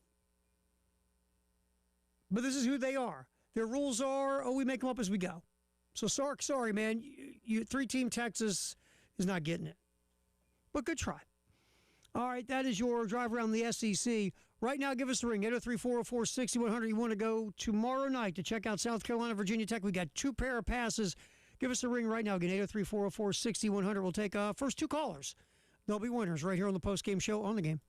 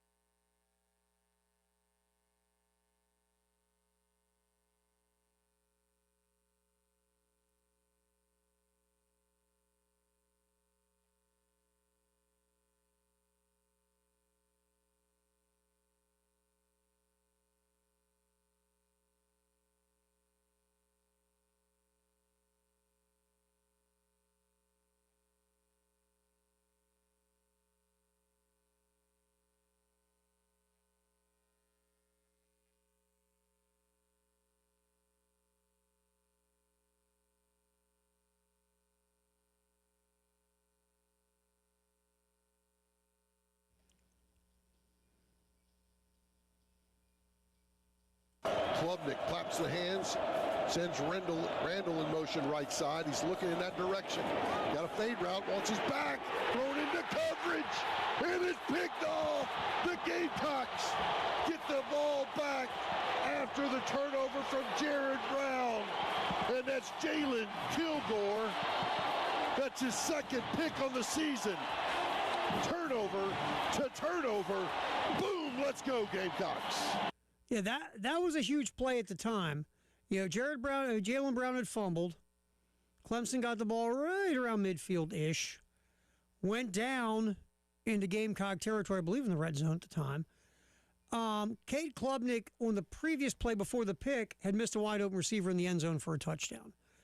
Then, I believe it was Antonio Williams, Clemson slot receiver, had Kilgore beat by like 2 steps. But Klubnik underthrew the pass, and Kilgore made a nice recovery and snagged the pick. So at that point, that was a huge play in that particular portion of the football game. Obviously, South Carolina falls 28-14 to Clemson to end their season 4-8. Shane Beamer talking to the media after the game. We played you a bunch of that. Lenore Sellers also spoke. A couple quick things. First, here's Lenore talking about, well, his input on the new offensive coordinator hire. Will there be any input? Yeah, we talked once after the decision with Shula was made. We talked, and then he told me he'd be in contact with me with guys, just sending me guys here and there. He said after the season ends, when he's gonna really narrow down those guys and make a decision. Oh, look, should Lenore Sellers be part of that mix? Yeah, sure. I mean, you don't know. Look, I still feel Lenore Sellers will end up in the NFL draft. Look, I hope I'm wrong. I hope he comes back to South Carolina. And let's just go down the idea of the road that he would come back. You want him to be involved in the hiring of a coordinator, not so much Lenore's. Pick who you want, but Lenore's. Maybe for me, I know this is again. That's why I'm saying don't try to be so fast. Maybe if you're Shane, you go do 5 interviews, right, and you narrow it down to 2 guys. Then you're like to those 2 guys, would you have a talk with Lenore? You have a phone conversation or Microsoft Teams or Zoom or, jump on your iPhones, well, whatever, and talk. And then, okay, Lenore, you talk to both of them, give me your vibe. That's the kind of thing I mean where you have him involved. He's not making the decision, but, again, you want him to have a good relationship with a new OC. And maybe he might hit it off so well with the guy, maybe that's part of, when he's trying to figure out if he's going to go to the NFL or stay. But you do want to give him, some skins in that game. Because even if he does leave, you still want to go through this process and let Lenoris be part of it in case he decides to come back. All right, here's Lenore Sellers also post-game. And let's get this cut in talking about his future at South Carolina. When the decisions come to make a decision, when the time comes to make a decision, I make a decision, whatever's best for me. Yeah. And again, that's Lenore Sellers, a man of not a lot of words. Just saying, when it's time to make that decision, I will, and I'll make the decision that's best for me. Well, short to the point. There are people who wish he would have expounded a little bit on it, made it more, not so much cut and dry and right to the point. But again, at this juncture of a 4-8 season, unless Lenore Sellers got up and said, you know what, I'm coming back. Nothing else he says is going to make anybody happy at this point, unless that would be his statement, which obviously it's not at this time. Another cut from Lenore Sellers. We played it earlier in the show in case you missed it. Sellers was asked, did he think that he regressed this year? I wouldn't say regress. I think, as years goes on, defenses get paid too, so they're not going to let me do what they did. Let me do what I did to them the previous year. So, they had a game plan for it. It's got to be better. Yeah, look, in a nutshell, I get that. I don't think we regressed. I just think that defense is adjusted and the game plan to us, and, we just got to get better. But there was no adjustment to the adjustment that the defense has made, or if there was, then there wasn't execution to make those adjustments successful. So either way, you didn't have a plan B, or your plan B couldn't work because you couldn't execute it. It could have been a little bit of both, but that was an issue. Because when teams go to take away something, go out of their way to take away something, they're leaving something else exposed. And basically, defenses all year said, you know what? We just want to stop 16. If we stop 16, we're not worried about anybody else, and we want you to show us you can beat us if we stop 16. All right, we are done. Appreciate all the calls on a Reaction Monday. Still a lot to get to. Who's going to be the new offensive coordinator? Will Lenore Sellers stay? Will Nick Harbor stay? Will Dylan Stewart stay? Who's coming in through the portal? Who's leaving through the portal?